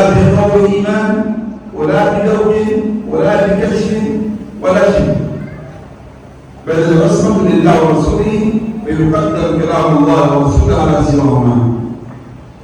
Nah, هذا كتاب أسماء والصفات. نعم.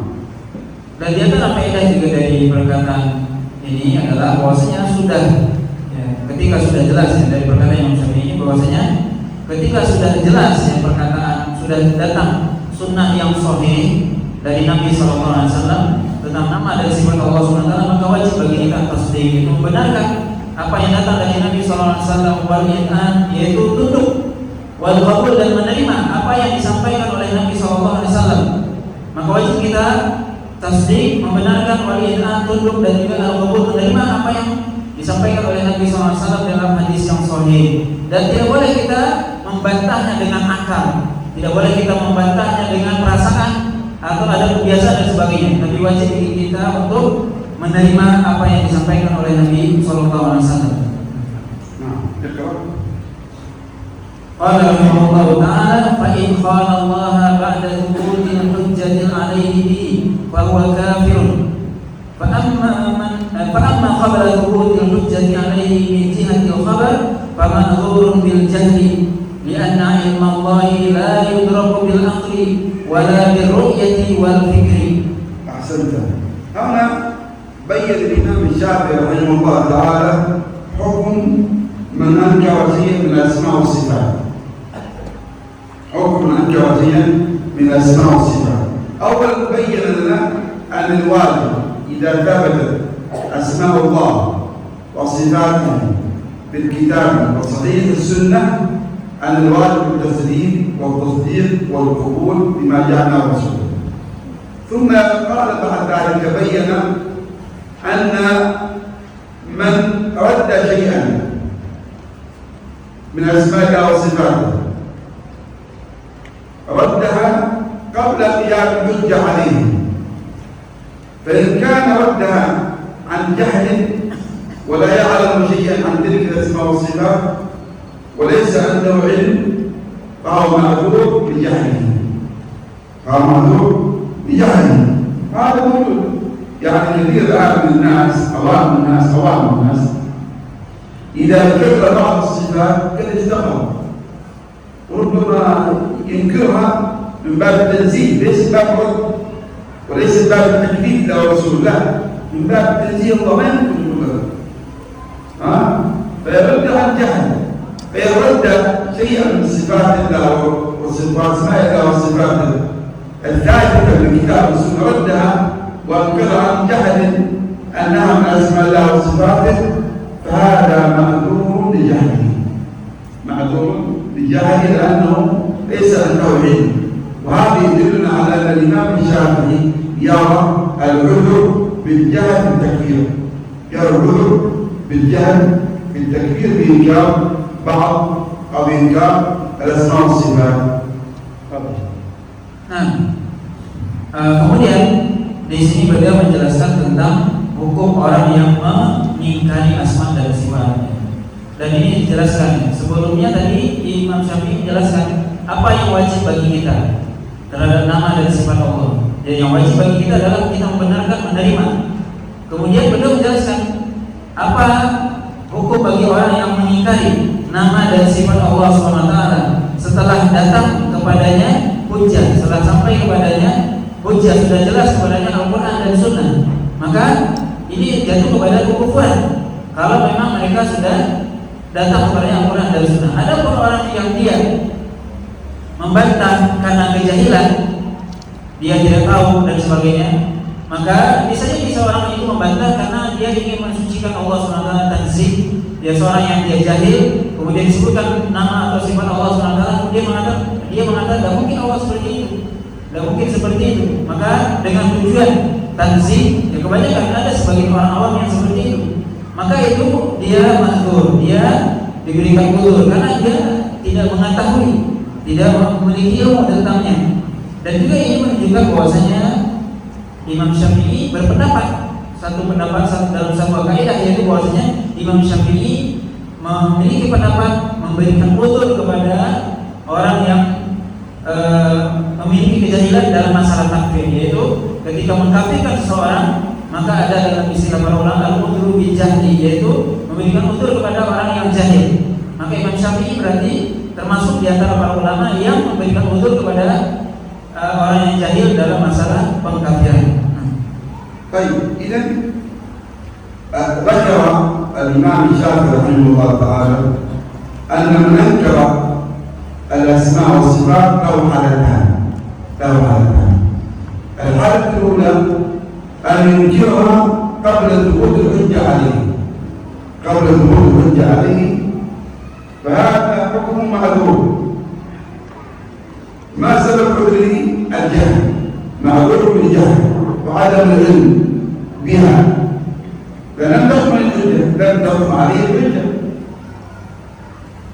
وأسماء الله وصفاته يا إخوان من مسائل الغيب التي لا يدرك العقل ولا الفكر كما قال الإمام الشافعي، لا تدرك العقل والفكر والرؤية، وإنما تحتاج إلى وحي وعلم من الله ورسوله.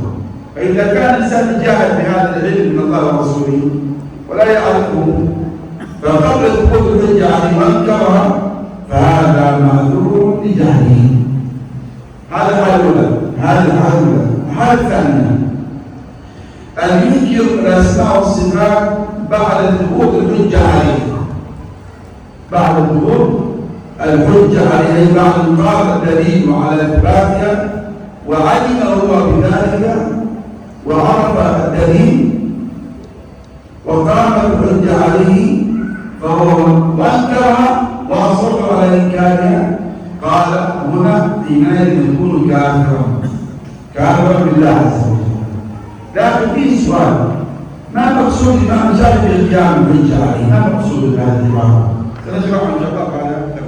Nah, kemudian di sini perlu diketahui bahwasanya kalau kita perhatikan bahwasanya mengingkari nama dan sifat Allah SWT itu ada dua hal, dua keadaan. Yang pertama yaitu orang yang dia mengingkari nama dan sifat Allah di mana belum sampai kepada dia hujjah karena kejahilannya, maka dia tidak mengetahui, tidak memahami, dia tidak mengetahui hujjah ya, tentang nama dan sifat Allah SWT dari Al-Quran ataupun Sunnah Nabi SAW. Dia tidak tahu. Dan itu adalah orang yang ma'dzur, ya. Dia diberikan uzur karena kejahilannya, karena dia tidak tahu. Maka ini orang yang pertama, ya, yang dia belum sampai kepadanya hujjah, maka dia diberikan uzur karena kejahilan dan ketidaktahuannya. Karena memang masalah nama dan sifat Allah adalah masalah yang wahid, maka tidak mungkin diketahui dengan akal. Maka seorang ketika belum sampai kepadanya hujjah dari Al-Quran dan Sunnah maka dia ma'dzur. Ini yang pertama. Yang kedua adalah ba'da thubutil hujjah, yaitu setelah sampai kepadanya hujjah, sudah sampai kepadanya Al-Quran dan Sunnah yang menjelaskan tentang nama dan sifat Allah SWT, kemudian dia tetap menentang, kemudian dia tetap terus menerus mengingkari nama dan sifat Allah tersebut, maka dia dihukumi kafir. Maka kemudian ini ya dua hal yang perlu kita pahami dengan baik. Kemudian tinggal suatu pertanyaan mungkin yang perlu dijelaskan, apa itu yang hujjah, ya. Itu mungkin perlu kita jelaskan. Al-hujjah bimana dalil al-Quran.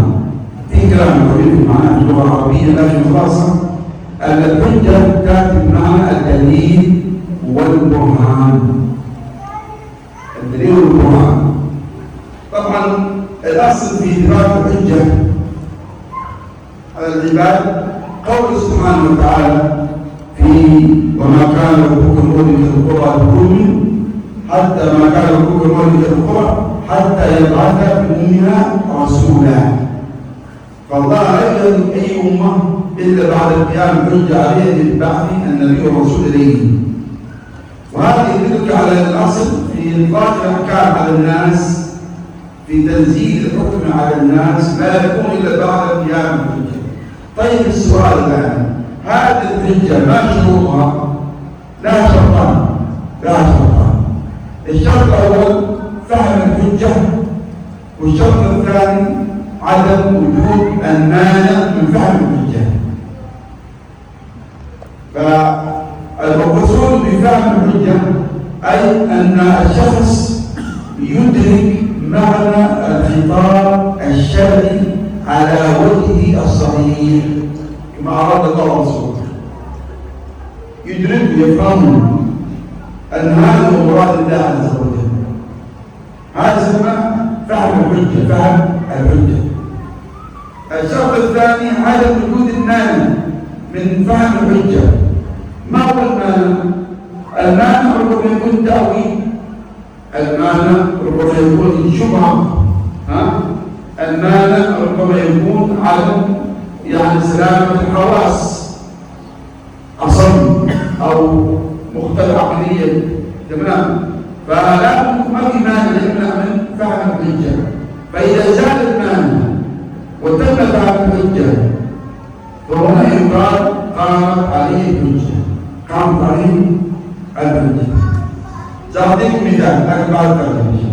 Nah, isbatul hujjah. Apa arti hujjah? Ya, di sini beliau menyebutkan tadi al-hujjah dalil wal burhan. Sebenarnya itu disebutkan dalam kamus ya, bahwasanya dalil itu tanda bukti. Tanda ataupun bukti itu arti dari dalil dan hujjah. Kemudian isbatul hujjah artinya menetapkan dalil atau hujjah tersebut. Ya, tentunya dengan apa menetapkannya? Bahwasanya Allah sebutkan dalam salah satu ayat dalam Quran bahwasanya Allah SWT tidak akan menghukum suatu kaum kecuali setelah mengutus Rasul kepadanya. Allah SWT tidak akan mengazab suatu kaum kecuali setelah mengutus Rasul kepadanya. Maka itulah yang maksud dengan sampainya hujjah atau isbatul hujjah. Kemudian beliau menjelaskan bahwasanya syarat hujjah tersebut, isbatul hujjah, ditetapkan yang hujjah itu syaratnya ada dua. Yang pertama fahmul hujjah, artinya seorang dikatakan hujjah itu telah sampai kepadanya dengan dua syarat. Yang pertama fahmul hujjah, dia memahami khitabullah, apa yang Allah sampaikan dalam Quran atau yang disampaikan oleh Nabi dalam hadisnya dengan pemahaman yang benar. Dia memahami apa yang disampaikan oleh Allah SWT dalam Quran dan juga disampaikan oleh Nabi SAW dalam sunnahnya dengan pemahaman yang benar, makna sahih. Itu makna fahmul hujjah. Itu syarat pertama. Jadi orang harus memahaminya. Kemudian yang kedua ada wujud imani, tidak adanya penghalang. Maka di antara penghalang itu adalah takwil. Seorang mentakwil dari ayat ataupun hadis tersebut, maka itu adalah suatu hal yang menghalangi. Maka seorang itu harus hilang darinya mani ini, baru dikatakan dia sampai kepadanya hujjah. إذا الحجة تقام بأمرين: فهم الحجة وإدراك خطاب الشرع على الوجه الصحيح، والثاني انتفاء المانع والشبهة في فهم الحجة. لذلك مثلا إذا جئت إلى من أنكر الصفات فتقول لا تؤمن أن الله استوى على العرش، قال لا أؤمن. لماذا لا تؤمن؟ الله يقول في القرآن الرحمن على العرش استوى، أثبت الله الاستواء على العرش في 7 آيات في القرآن الكريم. ألا تؤمن بها؟ قال لا أؤمن بالاستواء. لماذا؟ قال هذا الاستواء المقصود به كذا. فإن أنكر الاستواء أصلا هذا يكفر. رجل إذا أنكر الاستواء أم كذب الله ورسوله. أما إذا أول الاستواء بمعنى آخر، قال أؤمن بالاستواء لكن ليس بالمعنى المقصود عنده. الأمر بالاستواء معناه استولى، ففسر الاستواء بمعنى باطل. هو لم ينكر الاستواء، هو أنكر معنى الاستواء على الوجه الصحيح. ما الشبهة؟ التأويل. أنت شبهة التأويل.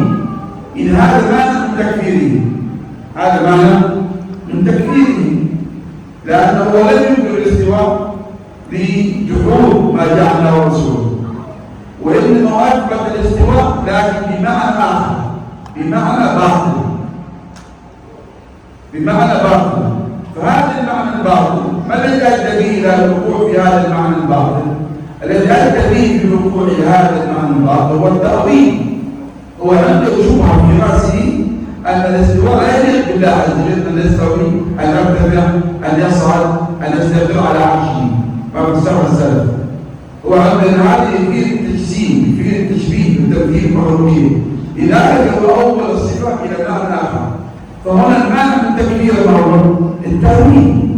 لذلك أهل السنة والجماعة لم يكفروا المعتزلة ولم يكفروا أهل البدع كالأشاعرة والمعتزلة وغيرهم. لماذا؟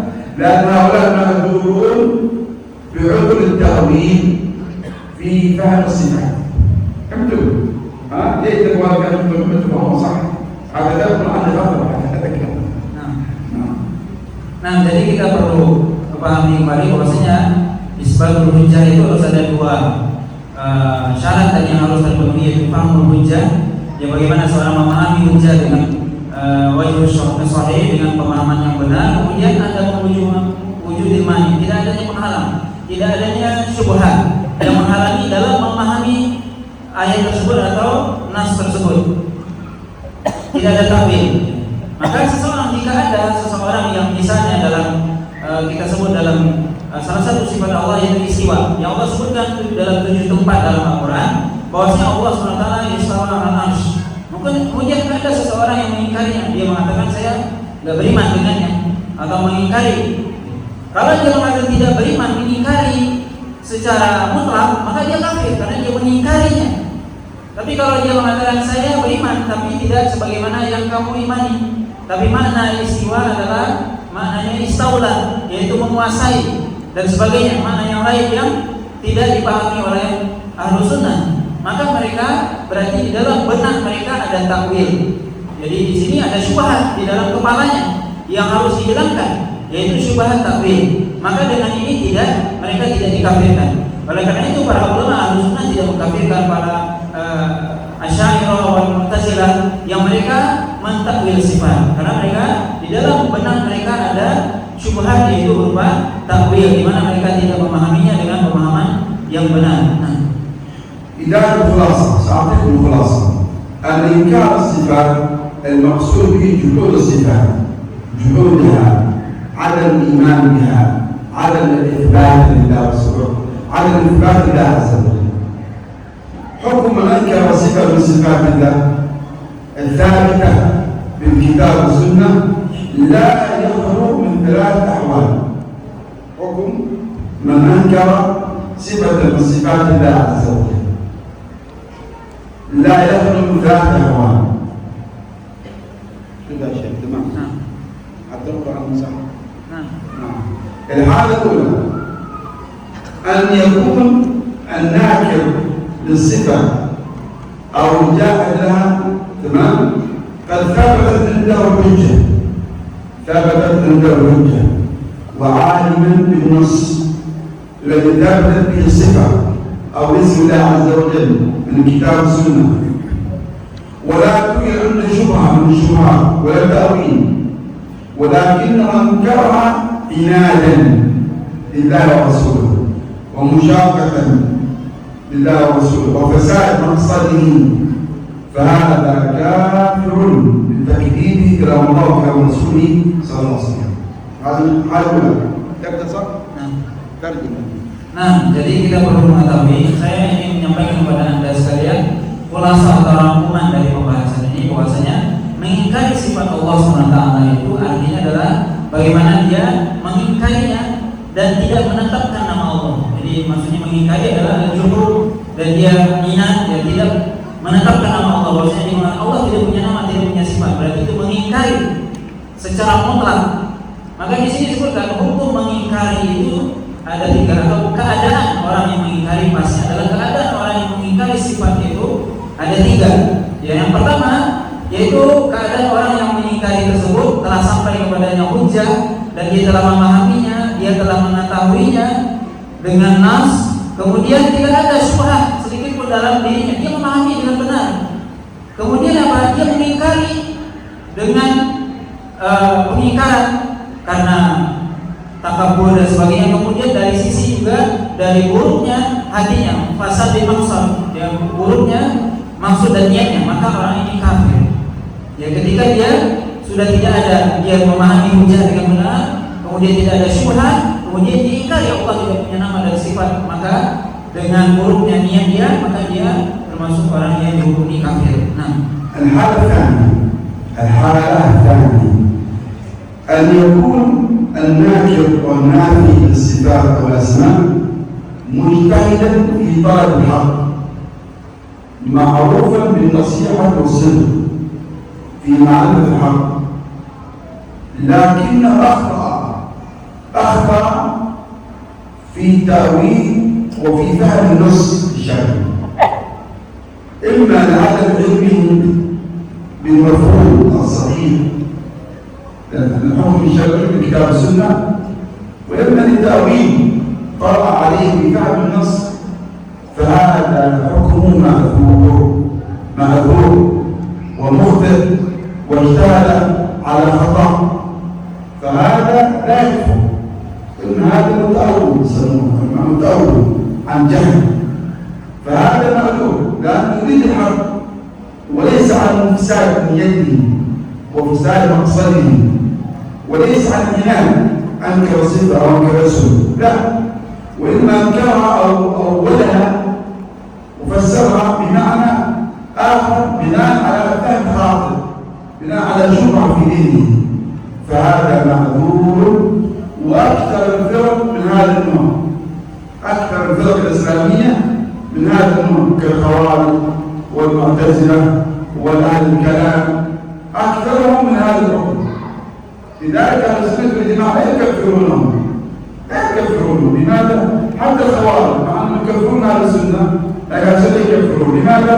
لأنهم معذورون في التأويل الخطأ الفهم. فهذا النوع الثاني أكثر الفرق وضعوا في هذا الحكم الثاني. Nah, yang kedua adalah keadaan yang kedua, yaitu orang yang mengingkari nama dan sifat Allah SWT.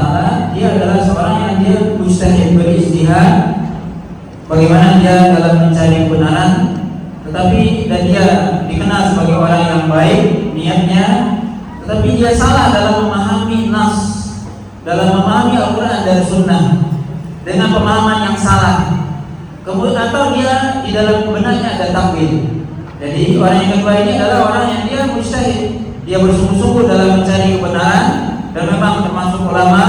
Kemudian dia salah dalam memahami nas atau teks Al-Quran ataupun Sunnah tadi, atau dia mentakwil. Dia mentakwil, maka orang seperti ini tidak kufur, tidak kafir dia, tapi dia ma'dzur. Ma'dzurnya dengan takwil. Dan bukan karena buruknya niatnya, dia niatnya baik, bagus. Dan bukan karena dia menolak, beda dengan yang pertama, itu karena dia mengingkari dan menolak. Tapi di sini tidak ada dia menolak, tapi dia salah dalam memahami dan niatnya baik. Dan kebanyakan kelompok-kelompok Islam itu firqah-firqah itu kebanyakan dari keadaan yang kedua ini. Yang misalnya Mu'tazilah, Khawarij dan sebagainya, maka para ulama tidak mengkafirkan mereka karena di dalam diri mereka ada syubhat, kemudian juga ada takwil, maka ya para ulama tidak mengkafirkan mereka. Nah, الحالة الثانية أن يكون الناكر والناظر الصفة متبعا لهوى. لماذا هوى؟ لأنه مقصرا في طلب الحق، تكلم في صفات الله بلا علم، لكنه لا يقصد مشاركة الله ورسوله، ولا يقصد ولا يتكلم عن سوريا في موقف من اسماء الله وصفاته، ولكن اتباعا لهواه، فهذا عاصي مذنب وقد يكون فاسقا لكن لا يكون كافرا. Nah, yang ketiga adalah keadaan yang ketiga adalah orang yang dia mengikuti hawa nafsunya dengan kejahilannya, mungkin karena dia tidak belajar dan sebagainya. Karena dia tidak belajar, maka orang seperti ini dia mengikuti hawa nafsu dengan kejahilannya, tetapi dia tidak punya niat yang buruk untuk mentakwil dan sebagainya atau mengingkari. Maka orang ini disebut orang yang bermaksiat, asim, dia pelaku maksiat. Nah, إذا بقول الإمام الشافعي هنا فإن خان الله بعد ثبوت الحجة عليه به فهو كافر بعد ثبوت الحجة، بعد ثبوت الحجة فهم الحجة وانتفذ الشبهة والمعنى. فأما قبل ثبوت الحجة عليه من جهة الخبر، انظروا الشافعي على قولنا، وأن الإمام الشافعي يفسر الحجة من جهة الخبر. ما مقصود الخبر هنا؟ أي الخبر عن الله ورسوله، الخبر عن الله ورسوله الدليل من كتاب السنة. فمعذور. لماذا معذور؟ قال الجهل، لأن علم الله ومن ذلك أسماء الله وصفاته لا يدرك بالعقل ولا بالرؤية والفكر، لأن أسماء الله وصفاته لا يمكن أن نفهمها بعقولنا أو نراها أو نفكر فيها. هنا هذا الدب الإخوة، هذه الأصول تعتبر قواعد لأهل السنة في باب الأسماء والصفات. الآن بدأ الإمام الشافعي يذكر أمثلة على صفات الله، يذكر أمثلة على صفات الله بعد أصل هذه القواعد. الآن يذكر أمثلة على صفات الله. ذكر تعطيك إجمالا ثم نقرأ النص. ذكر أولا صفة السماء، صفة البصر، صفة اليدين، صفة اليمين، صفة الوجه، صفة القدم، صفة الضحك، وصفة الرؤية، النزول نعم، وصفة الرؤية، وصفة العينين، وصفة الرؤية، وصفة الإصبع. هذه أصحاب الصفات ذكرها الإمام الشافعي كلمات للصفات الواردة في الكتاب والسنة. الآن سنأخذ كل صفة ونتكلم عنها بالدليل فقط، لا نفصل في تفاصيلها وماذا أولا المتكلمون ما قدمها السنة، فقط سنذكر قدمها السنة في هذه الصفات. لكن قبل أن نذكر هذه الصفات أقدم بمقدمة واحدة مهمة جدا قبل أن نذكر الصفات. أن منهج أهل السنة والجماعة في إثبات الأسماء والصفات يقوم على ثلاثة أسس. الأسس الأول الإثبات، الأسس الثاني التنزيه، الأسس الثالث قطع الطمع عن إدراك كيفية الصفات. الأسس الأول الإثبات، بمعنى منهج أهل السنة والجماعة في التوحيد وفي الإيمان بأسماء الله وصفاته يقوم على إثبات ما ثبت في الكتاب والسنة من الصفات والأسماء على ظاهرها دون تأويل ولا تحريف ولا تمثيل ولا تكييف ولا تعطيل. هذا يستوعب. طبعا أدلة كبيرة في القرآن حتى نتكلم عنها نوقف منها. نذكر كل أدلة ذات موقف الأسس.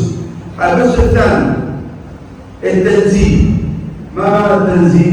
أي نفي وتنزيه الله عن صفات النقص والعيب والمماثلة والمشابهة للصفات المخلوقين. ليس كمثله شيء وهو السميع البصير. كما سيأتي المشابهة هذه الآية في آخر المثل. الأسس الثاني قطع الطمع عن إدراك كيفية صفات الله عز وجل. ما معنى قطع الطمع؟ أي لا تحاول أن تعرف كيفية صفات الله، لأن كيفية صفات الله لا أحد يعلم بها إطلاقا حتى الأنبياء والرسل، إنما جاء بالخبر من كتاب السنة. اخضع الطبع، اخضع التفكير، كيف استوى، كيف يتكلم، كيف يسمع، كيف يبصر. هذا كيف هذا شيء الرسل، هذه شيء ممنوع. لا تسأل عن صفات الله كيف، لا تسأل عن صفات الله كيف. لماذا؟ لأن صفات الله لا تماثل ولا تشابه صفات المخلوقين ولا نعلم شيئا عن كيفيتها. لماذا لا نعلم شيئا؟ هل الله ذكر في القرآن كيفية صفات الله؟ طبعا لا. الله لم يذكر في القرآن شيئا عن كيفية صفاته. ذكر في القرآن عن صفاته ولكن لم يذكر كيف صفاته. ما معنى كيف؟ ما معنى كيف؟ بمعنى أن نجعل كيفية صفات الله. الرحمن على العرش استوى. كيف استوى؟ الله أعلم. لا. لماذا تدري يا شيخ؟ لأن الله لم يخبرنا في القرآن كيف استوى. الله أخبرنا عن الصفة ولم يخبرنا عن كيفية الصفة. فرق. وكلم الله موسى تكليما. إن الله يتكلم. كيف يتكلم؟ الله الله أعلم. لماذا؟ لأن الله أخبرنا عن صفة الكلام ولم يخبرنا عن كيفية الكلام. صح؟ نعم. الله لا إله إلا هو الحي القيوم. الله حي، كيف حي؟ الله أعلم. لماذا الله أعلم؟ لأن الله أخبرنا عن صفة الحياة ولم يخبرنا عن كيفية الحياة. ليس كمثله شيء وهو السميع البصير. الله يسمع والله يبصر. السؤال كيف يسمع؟ كيف يبصر؟ الله أعلم. لماذا؟ لأن الله أخبرنا أن يسمع عن الصفة ولم يخبرني عن كيفية الصفة. لذلك لا نسأل عن كيف، لا نسأل عن كيف. لذلك يقول أهل السنة قطع الطمع، يعني يأس، لا تحاول، لا تفكر كيف استوى الله أو كيف صفات الله عز وجل. إذا منهج أهل السنة يقول ثلاث أسس: الإثبات، التنزيه، قطع الطمع عن إدراك الكيفية. هذه نفهمها أولا قبل أن نأخذ الصفات هذه. Nah, yang kita sebutkan tadi adalah, jadi sebenarnya yang kita sebutkan semua dari awal itu adalah sebenarnya kaidah-kaidah yang mesti kita pahami dengan baik. Ini sebenarnya kaidah ya, yang disebutkan oleh Imam Syafi'i yang harus kita ketahui bersama dan kita pahami. Dan setelah kaidah ini, nanti Imam Syafi'i akan menyebutkan tentang nama-nama dan sifat Allah SWT, sifat-sifat Allah SWT sebagai contoh saja, sebagai contoh. Nanti disebutkan sifat Sami, Basir, kemudian sifat Yadain, kita dua nama, dua tangan, kemudian wajah, kemudian ada tentang Qadam, ya, kemudian Yarham, Allah tertawa dan sebagainya, kemudian nuzul, yang turun, kemudian mata, nanti melihat wajah Allah, kemudian asabi, yaitu jari. Ini akan disebutkan oleh Imam Syafi'i secara tafsil, tapi hanya sebagai bentuk contoh, ya, bukan mimbabil hasar, bukan hanya itu saja sifat Allah, ya, karena sifat Allah banyak. Maka di sini perlu kita, sebelum kita baca ini, ya, kita akan baca ayat, sebutkan sifat kemudian baca ayat. Sebelum kita baca ayat ini dan kita baca kelanjutan dari risalah ini, maka perlu saya sampaikan di sini sedikit faedah ya, sebelum kita baca. Yaitu faedah yang berkaitan dengan manhaj Ahlus Sunnah ya, dalam menetapkan sifat.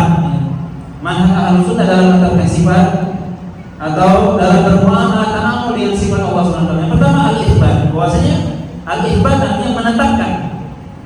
Manhaj yang pertama al-itsbat artinya menetapkan bahwasanya Ahlus Sunnah itu menetapkan nama Allah dan sifatnya sebagaimana yang Allah sebutkan dalam Al-Quran dan juga Nabi SAW sebutkan dalam Sunnah, ala zahiriha, sesuai dengan zahirnya tanpa takwil.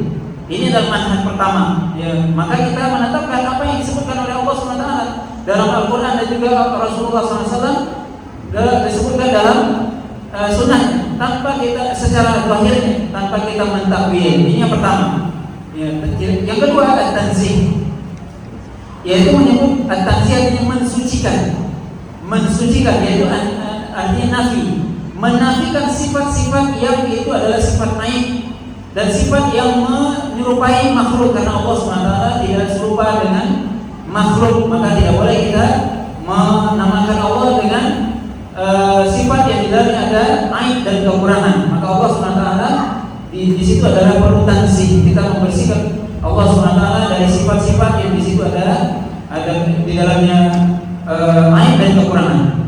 Kemudian yang ketiga, an idrakil kaifiyah, yaitu kita memutus keinginan untuk mengetahui hakikat atau bagaimananya.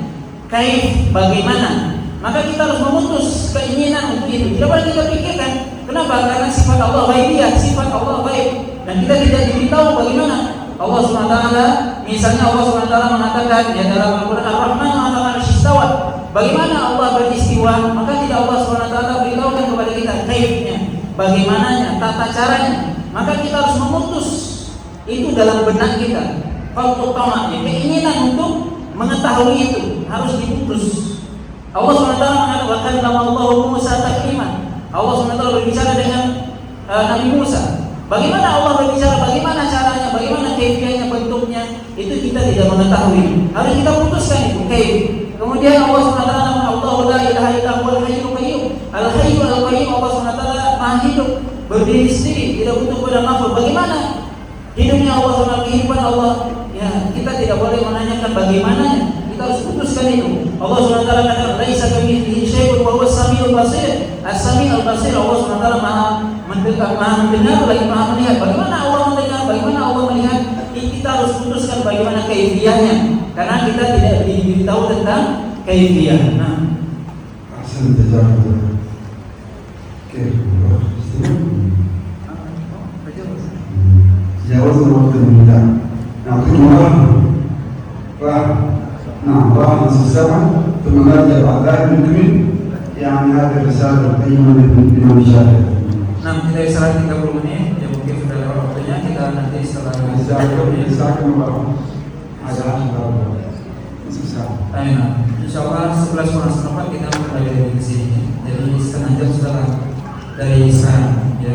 Silakan istirahat dulu.